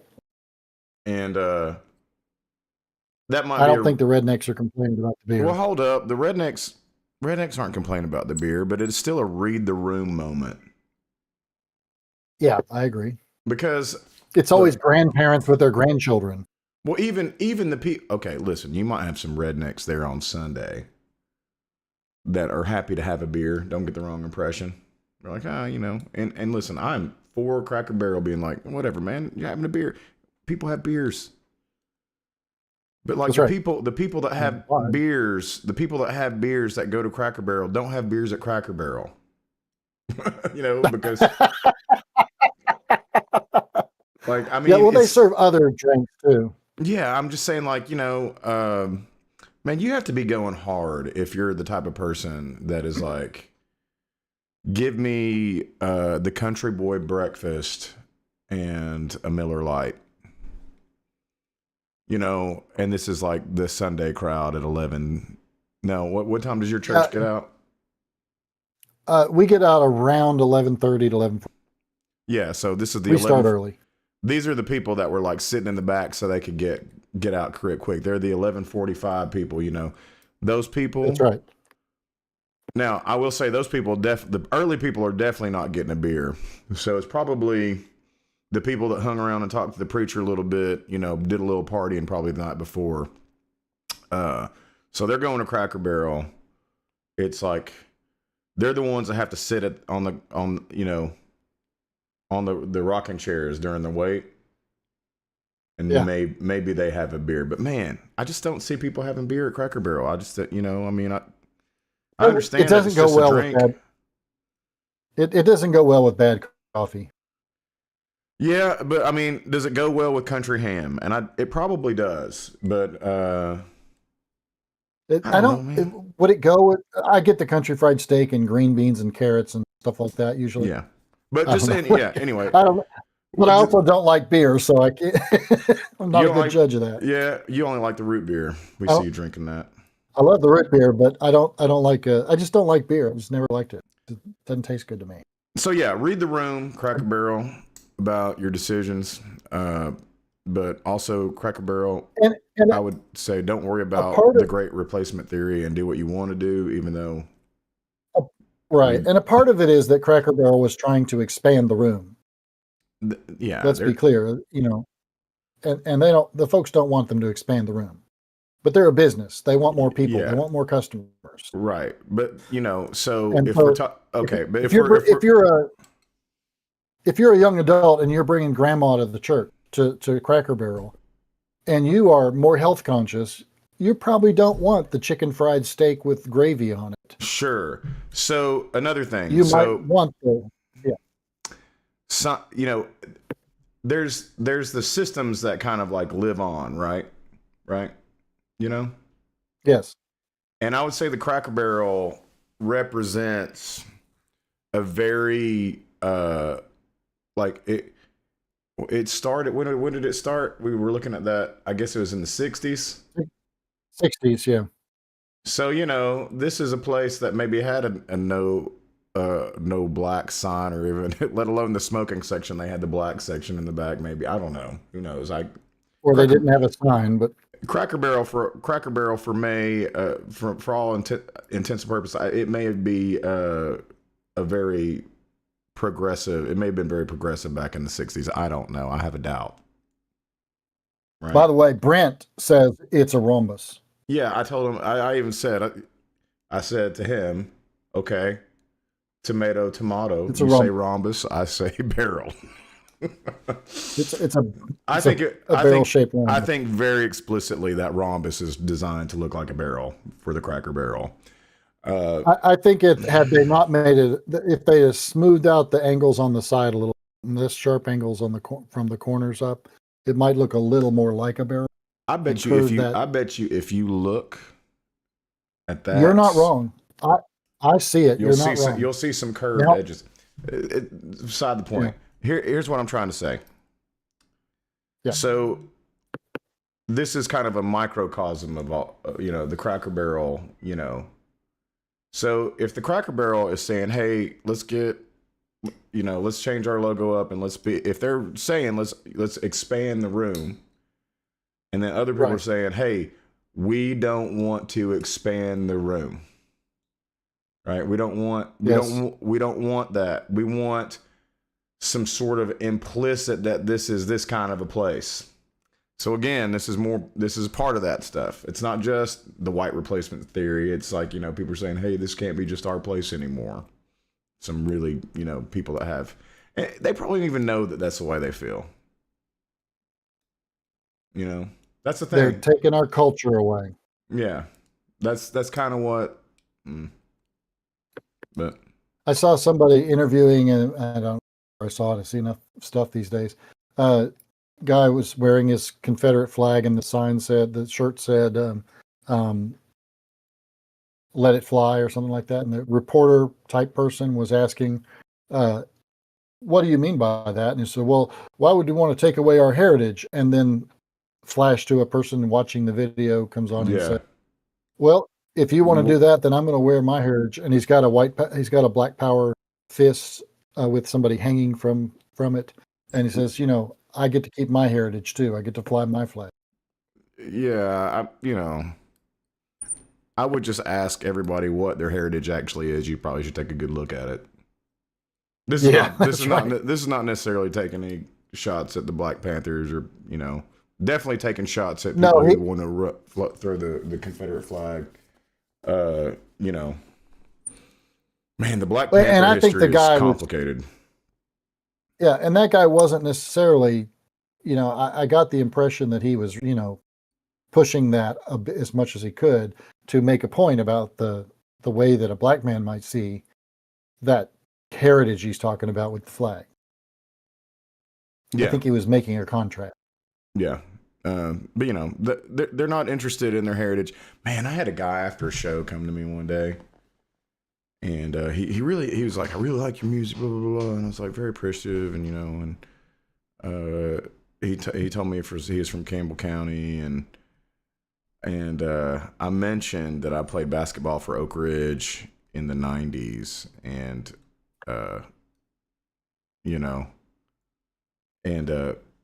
that it wasn't always the nicest experience up there to play, in Campbell County, as a person on an Oak Ridge basketball team. And a lot of slurs. I don't know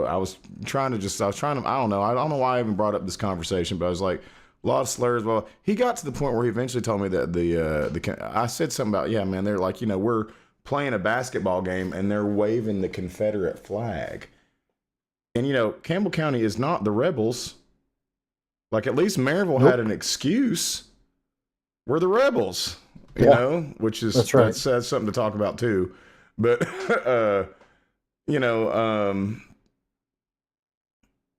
this was directly to say something, right?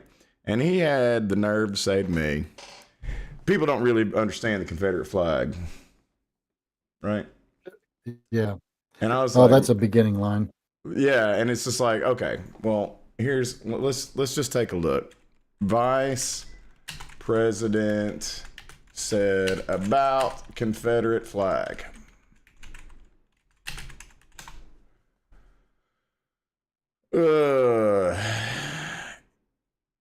Cornerstone speech. In his famous speech, Stevens clearly defined, this is Alexander H. Stevens, the Vice President of the Confederate States of America. In his famous speech, Stevens clearly defined the Confederacy's foundation in the belief that slavery was the greatest material interest of the world and that the black race was inferior. He stated that the Confederate government was founded on the idea of a racially stratified society, which was a blow at slavery. So, the Confederate flag implicitly was about slavery and white supremacy. Yes. Implicitly. So, but you got a lot of people out there that believe otherwise. Oh, no, it's about states' rights and all that stuff. Yeah, that's... states' rights to do what? And the idea... to hold slaves, yeah. This wasn't wasn't about gambling. The South Carolina conceding from the Union secession document specifically was about slavery. Yeah. I mean, and then you'll get the arguments that like only 1% or 2% of people had slaves. And it's like, oh man, they don't really understand what this means. Because first off, that stat's a lie. Right? Yes. And then second half, well, yeah, if we're talking about households though, right? So then if we're talking about households, then so it's like families, if you want to do it that way, then you have to count everybody in the family, right? So that changes the number even higher. And then it's like, well, okay, well, what about the people who, you have, usually it's not just people having one slave. So then it's like a ratio of people, right? So how many slaves were there to like actual, the population is probably a more, clear answer. But then the other part of that is like what you're implying is that for those two people that were having slaves, All the rest of the people around were upset about it. They were not upset about it. They were very involved in that system, and whether they had slaves or not, they probably partook in slave production, right? Like if it's some kind of product that they're consuming, right? And they weren't fight. They didn't fight to like the people didn't overturn it. They fought to uphold it. And some people say, well, they didn't know no better. And I'm just going to say, I think they did. I think most of them did know better. Yes. That this was the central piece that, it was about. But all right. So look, we are at 11:52. This may be our record yet for we've watched 13 minutes of this video and we've gone 2 hours. Yeah. I want to step away from this. I had another one. These are some stuff that I had been looking at. I was going to throw up. This one right here is another McLaughlin one, and it's on whether Trump is restoring biblical values, and it's only a little 7-minute one. We'll watch a little bit of this and see if you have any commentary. Restoring biblical values to the United States of America. All right, let's see it. Are you surprised that God is using a brash-talking billionaire from New York to do so? I'll tell you what doesn't surprise me. It doesn't surprise me that you're choosing to pretend the concern is that he's brash talking and not that he is an unrepentant rapist and a serial adulterer and a serial sexual predator, that we all heard him boast about being able to sexually assault women with impunity, that we have heard him repeatedly sexualize children, including his own daughter, that we know for a fact that he defrauds his own charities, that he lies about literally everything, will never take responsibility for anything, and that he's just a profoundly stupid adult human. It doesn't surprise me that you choose to ignore all of those things.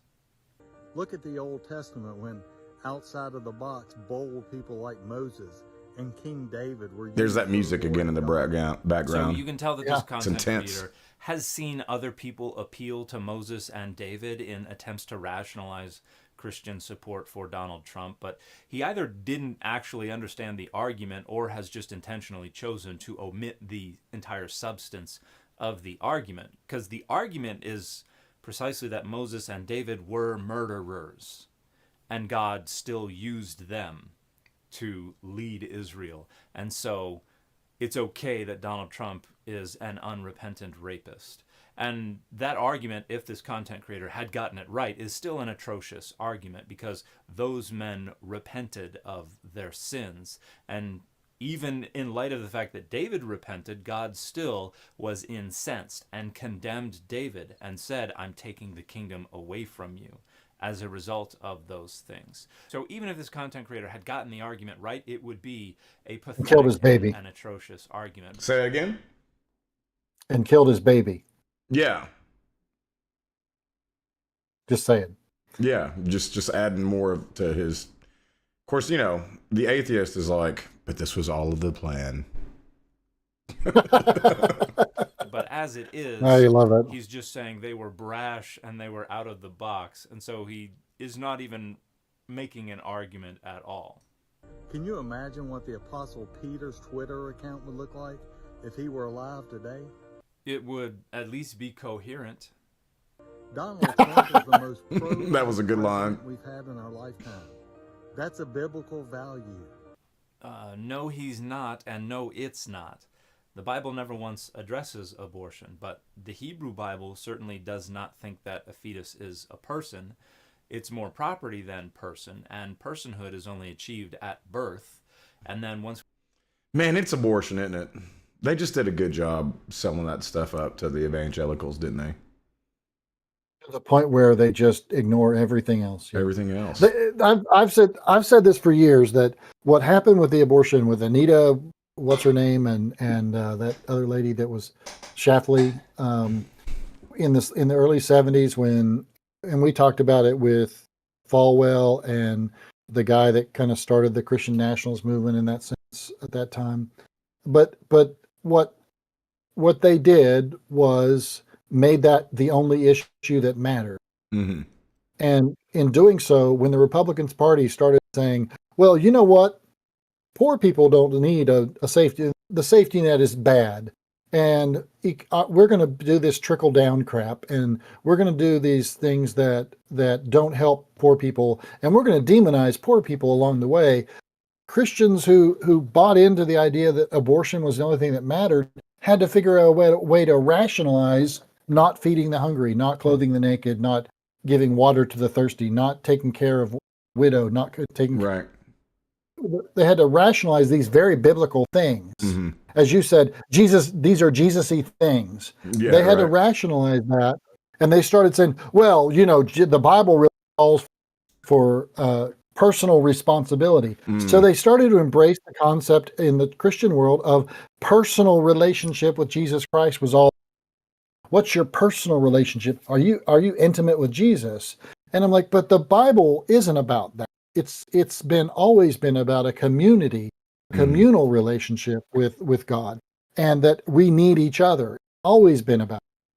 And so they shifted their entire belief structure to fit so that because these people would vote for their people. And then, of course, what happened is Christians, evangelical right-wing Christians who bought into that, then said, well, let's run for office and we can endorse that. And then you've got Christian nationalists now being openly endorsed by all kinds of leaders. I mean, just saying, Church- like Lauren Boebert being like, I don't understand what the problem is with Christian nationalism. Like they'll say it out loud. Yeah, exactly. All right. Well, we didn't get very far into that one. I had seen that guy before, and he's right. He doesn't. Dan has to just sit there and laugh at this argument because the guy isn't saying. But what do you do? Okay, but what do we do? What do we do? What do we do with these folks, Billy? Like I played a gig the other day, and I already knew he was, but I just didn't want to say nothing about it. I don't think he knows that I do this stuff or whatever.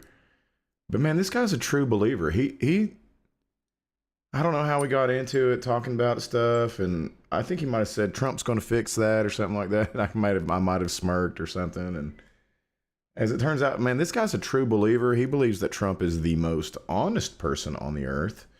And he said it with like all the conviction. And then he went on to tell me that some story about Phil Fulmer, he knows Phil Fulmer, and there were some lies that came out about him in the media. So that at that point he knew that the media always lies. And therefore you can't trust when somebody says something bad about Donald Trump. And I was like, man, that's a leap. Especially when Trump says like the shit he says. I've been interviewed for a couple of 2 or 3 different articles for local news. Mm-hmm. And, the reporter comes up, he doesn't know a damn thing about what you're really, or just is looking for, this little, because they got a less than 3-minute segment they're going to be able to do. And they're certain take a sound bite, so we call them, Mm-hmm. And I remember the first time I ever saw something like this is what I was talking about. And yeah, they got it wrong. They didn't lie. They just didn't. They didn't do their They made it seem they like maybe said this. Yeah, I can see how that happens. But like when it's like, Trump has X amount of bankruptcies, that's not fake news. That's just a fact. Trump was convicted of a form of rape civilly to E. Jean Carroll, and it would have been criminally if there wasn't a statute of limitations. That's right.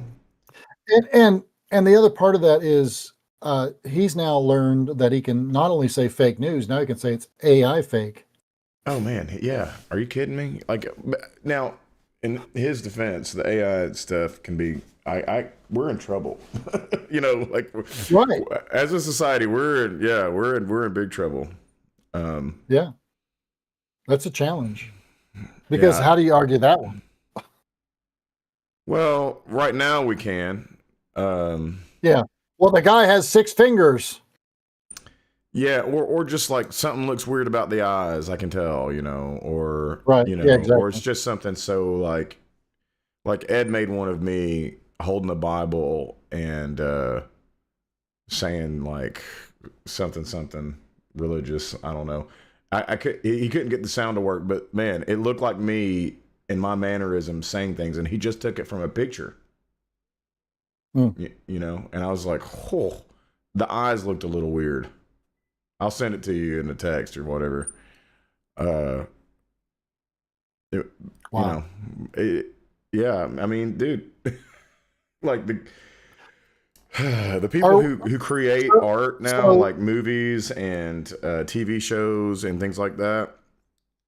Man, so the question is, your analogy earlier was we're in the Nintendo world of NES, the Nintendo original Entertainment Nintendo System days, not like Yeah, we're not to the so GameCube yet. We're not to we're certainly not what would be to even the Switch too. what would be even scarier is if we're actually still in the Atari stage. Well, I Or think the we've Pong. been past the Atari stage. Like I think we've hit the Atari stage for sure. We might even be to the Sega Genesis Super Nintendo stage in AI, but we're still very early. Is my point. Yeah. I think the But early early AI is the was timeline that is early AI was probably just the actually time. word predictors. Yeah, the timeline is condensed. The only thing, from I what I saw. understand, is that they're going to have to figure out some kind of way. If you're really wanting true AGI, I think is that there is some like, of course, I don't know. It might have already been solved and we just don't know it yet, right? But like, there's a certain level of creativity that can be emergent from humans that AI can't do yet. It's still just all from data that came from humans. So, Correct. Now there was a band that had 1 million followers that was AI produced recently, yeah, and I they mean, wrote their own music and all. yeah, I saw a couple of things. There is I've seen some video. Man, I didn't watch enough of the this type of video for our podcast, but I did watch some AI videos. One in particular about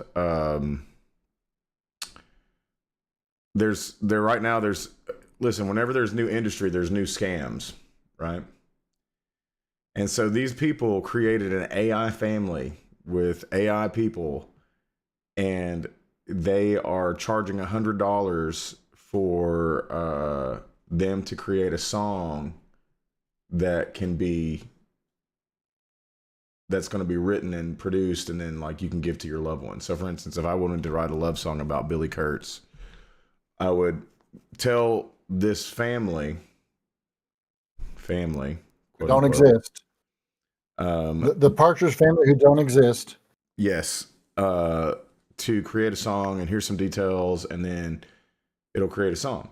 The thing is, you can do that for free or maybe for That's very right. little on Suno, right?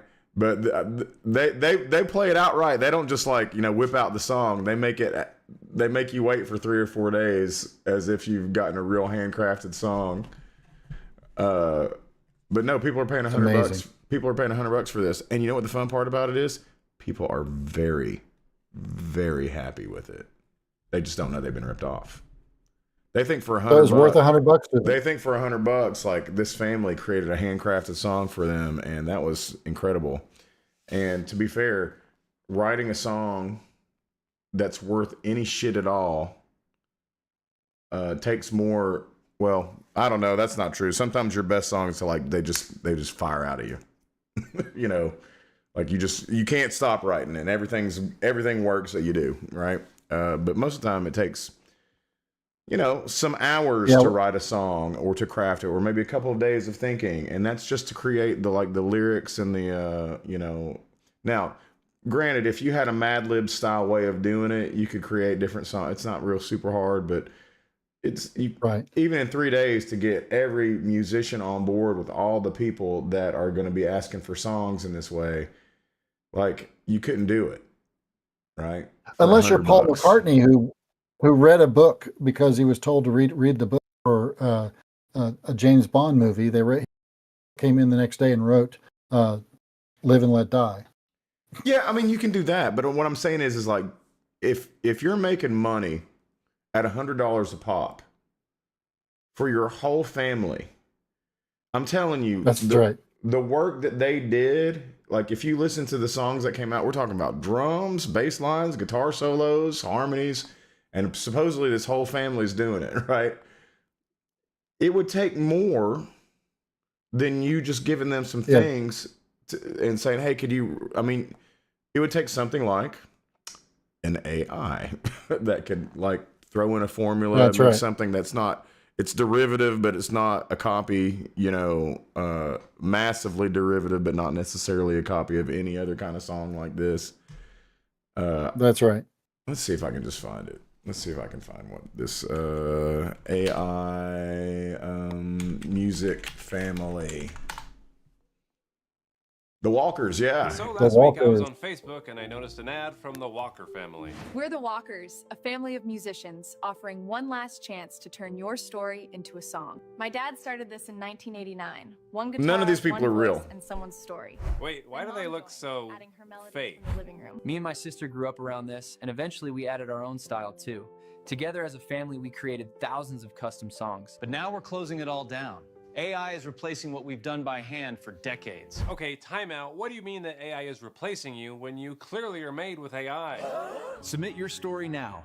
Let us turn it into a song you'll never forget. Okay, so this family of fake musicians will record a custom song for you, huh? I'm calling BS, but then Meta does what Meta does and starts following me around with all these ads. I'm James Walker. My dad started this in 1989. My family has made people smile, cry, and heal through custom songs for over 35 years, but now we're closing it down. And then I noticed how many people were commenting on these ads. They couldn't say enough good about this family and their music. Were these actual customers? My first thought was that they're all bots and fake accounts, because who would actually fall for this and have a positive experience? But the more I dug, the more curious I became. These are actual people. Look at this customer about to surprise his wife with a custom anniversary song from the Walker family. Did you make this? He knows he's just won Husband of the Year. I even looked up the Walkers on Trustpilot, and I could see that they have a 4.9 rating with 448 reviews and counting. I thought, have I misjudged these musicians? 400, okay, let's just say 448. That's people who reviewed, right? So maybe they've, even if they had 100% review rate, which is probably more like, if me, I'm the type of person who never reviews anything I buy. Just not, Right, me neither. I'm not Rarely. bothered enough to do that. But let's just say if it's 100% review, that means that they've 100 times that. So, you know, we're talking $44,000. Yeah. But you know, they've been doing it for 25 years, so 35 years, whatever. Well, but they've just now done this. I'm just saying, to write 448 unique songs in 1 year, like you're writing more than one a day, you know, at that point. Like, when did this come out? Are they for real? Maybe they're just wearing a lot of makeup under some really harsh lighting and they're actually the modern day Partridge family. I said, you know, maybe I should have them write me a song. So I go to their website where it says every melody is crafted with heart, care, and a whole lot of love just for you. And each song is currently only $99.95. I said, if this family is closing up shop for good, I probably better get me one of these songs while I can.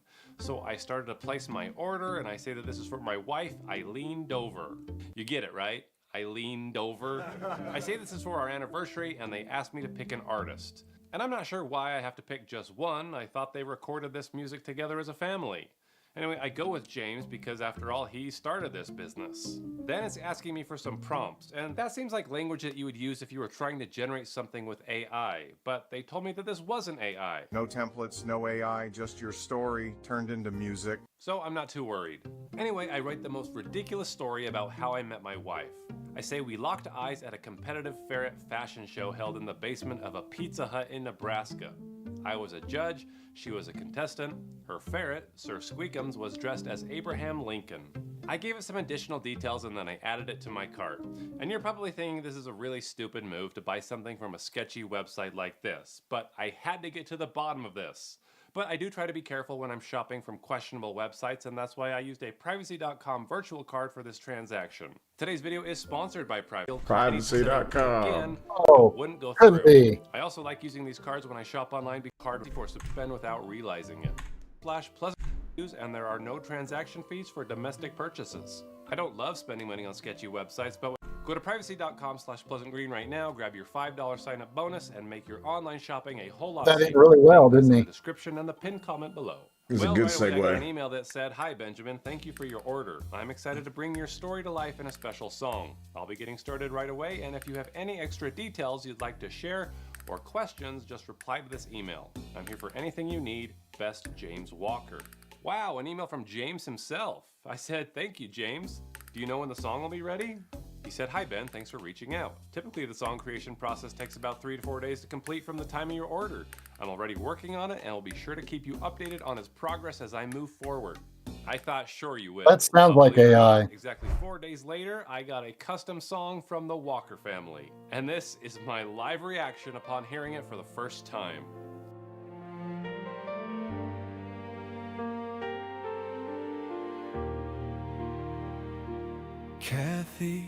Kathy? Who the crap is Kathy? I wrote back to James to see what was going on, but he quickly took care of it and was able to locate the correct song.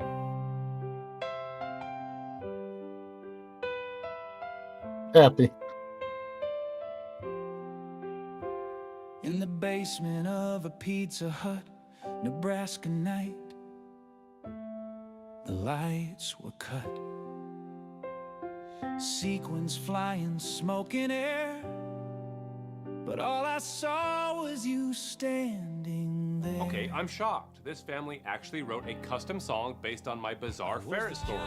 I leaned over, you had my heart from that Pizza Hut. So, you know, I wasn't expecting by the end of it, I leaned think over and I said, "Where are you guys based? I would love to catch he's you in trying to concert catch and him thank or you for the whatever. song you wrote for Thanks, Walker." I said, "How do you explain the foreign charge on my transmittal settings that were configured incorrectly on our Facebook page?" But hidden in this link was my own link meant to grab their IP address, and you better believe they clicked it. And I can see that they're based in Makati City, Philippines. I wrote back and I said, "Are you guys performing any upcoming events in Makati City?" And eventually they stopped responding. You know what they say? It's not AI that's going to take your job. It's the person who understands AI that's going to take your job. And whoever's behind the Walker family knows this, and they're probably making a killing with this little business of At least theirs. I just think 44,000. it's really rich that the way that they're selling Unless their they have a services lot of by people warning you with about false AI reviews. and convincing you to support actual musicians, when that's exactly who they're hurting. Guys, the future is going to be... Let's see if I can... Yeah, here we go. And I thought there's no way it's that easy.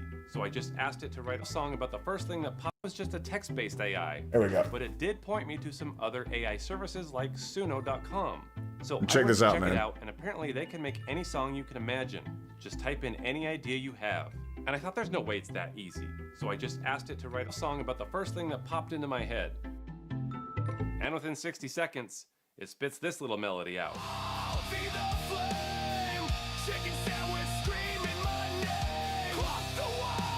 Is this for real? So something that you can make in 1 minute. He pretended like it took 4 days to make, right? Yeah. So yeah, it's over. Brilliant deception. Yeah, I guess Yeah, it's wow. you can tell that. I mean, like, and this is what I mean by it's Nintendo. You asked that. Is that me? I can hear the artifacts in their voices as soon as they come on. It's like the same as hearing a bad singer with auto-tune, if that makes sense. Yeah, it's like get hearing that. it's like hearing Kid Rock sing instead of rap. I mean, David Lee Roth. No, Kid Rock. I mean, like, okay, this is. I know. I'm just accusing David Lee Roth. No, listen, David Lee Roth. He can't sing now because he's done a lot of drugs. Right. Yes. But that's man, at one point that dude had range. Yeah, he did. When he was with Van Halen, he was awesome. Range, man. But yeah, he's not Freddie Mercury. No. But I mean, he had range. So, and his range also went low. Like David Lee Roth had low notes and high notes. He was good. But yeah, so like, you know, we're to the point now where you can just like have a Freddie Mercury or David Lee Roth alike type singer, put it in Suno, and you know, you're the Walker family. Wow. People paid I'm in the wrong business. People paid $100 for something they could do for free. Yeah, I'm in the wrong business. You know, I think that you're going to be okay. I think, in fact, if I had, now you might need to go a little bit more magic on your style, but I think eventually there's going to be a react to AI, and when people start really suffering because there's no jobs, and human nature is to seek magical answers. You know what the primary, the biggest career that I see in my churches that people who are still working have? The biggest career of teachers. I have more teachers than any other career. You have more teachers in your church as a population that are currently working in their lives, that aren't retired. And like if you throw in the retired elementary, high school. Most of mine are elementary. Yeah, most of them. I would probably, of course, you know that. I'd probably say that's a good unusual. result. That's not unusual because a lot of small communities, the biggest employer is the school system. Yeah, you know. So the thing is, as we get to, I think that there will be AI teachers as well. Mm-hmm. No doubt. Like just a video. And teachers are in fact using. The teachers are using AI, and rightfully so, because it does make your life easier. You know, like if they got to put a lesson plan together and they're using AI to do it and it works, then more power to them. What we don't want is the full on, which will happen, but the full on, you know, video like the Walkers, you know, here, like this is just, like just generated people. Well, and let's be clear, there are people that are using AI, not AI, but they're using video recordings to teach their children. They're homeschoolers. A lot of what they're teaching is just on video. But I mean, they're streaming it, or they're not any teacher contact. This stuff looks good enough to me. Like, yeah, it does. For over 30. You know, this guy talking right here, this is complete AI. You know, these people talking. James Walker. My dad started this in 1989. AI. My family has made people smile, cry, and heal through custom songs for over 35 years, but now... I think it's funny that they have different guys, though. They didn't realize that they were doing different guys. But anyway, we've moved on to AI and past Mr. Dan McLaughlin. And I think it's a good time to stop as we lament the future of our AI overlords. I love that we've been spammed in our comments. Oh man, we've been spammed like that before. We get one of those at least once every. You know, there's a way to turn that off. I turned off the crazy guy. Yeah. But you know, I almost want to turn him back on so we can be like, hey man, we went and looked at your songs and just see how he reacts. For all I know, he's been on the YouTube page just like spamming. Because I mean, if you go and look at the YouTube, it is spammed with that guy, crazy guy, the internet street preacher, telling us that Billy, that the reason why we're foul is because we're doing this for money. All right. Yeah. All right. Well, sir, I thank you, and I'm going to finish the stream, and I hope you have a good week. And I think I need to really get back into I keep saying this, but like I have a lot of footage now at this point, and I want to start putting out like little quick hit videos. So, right. When I can do that, it takes 2 or 3 hours to get one of those all the way through, though. like the one I did about the what's his name, the financial guru. Oh yeah. And then I actually had a video of the priest, Father Casey.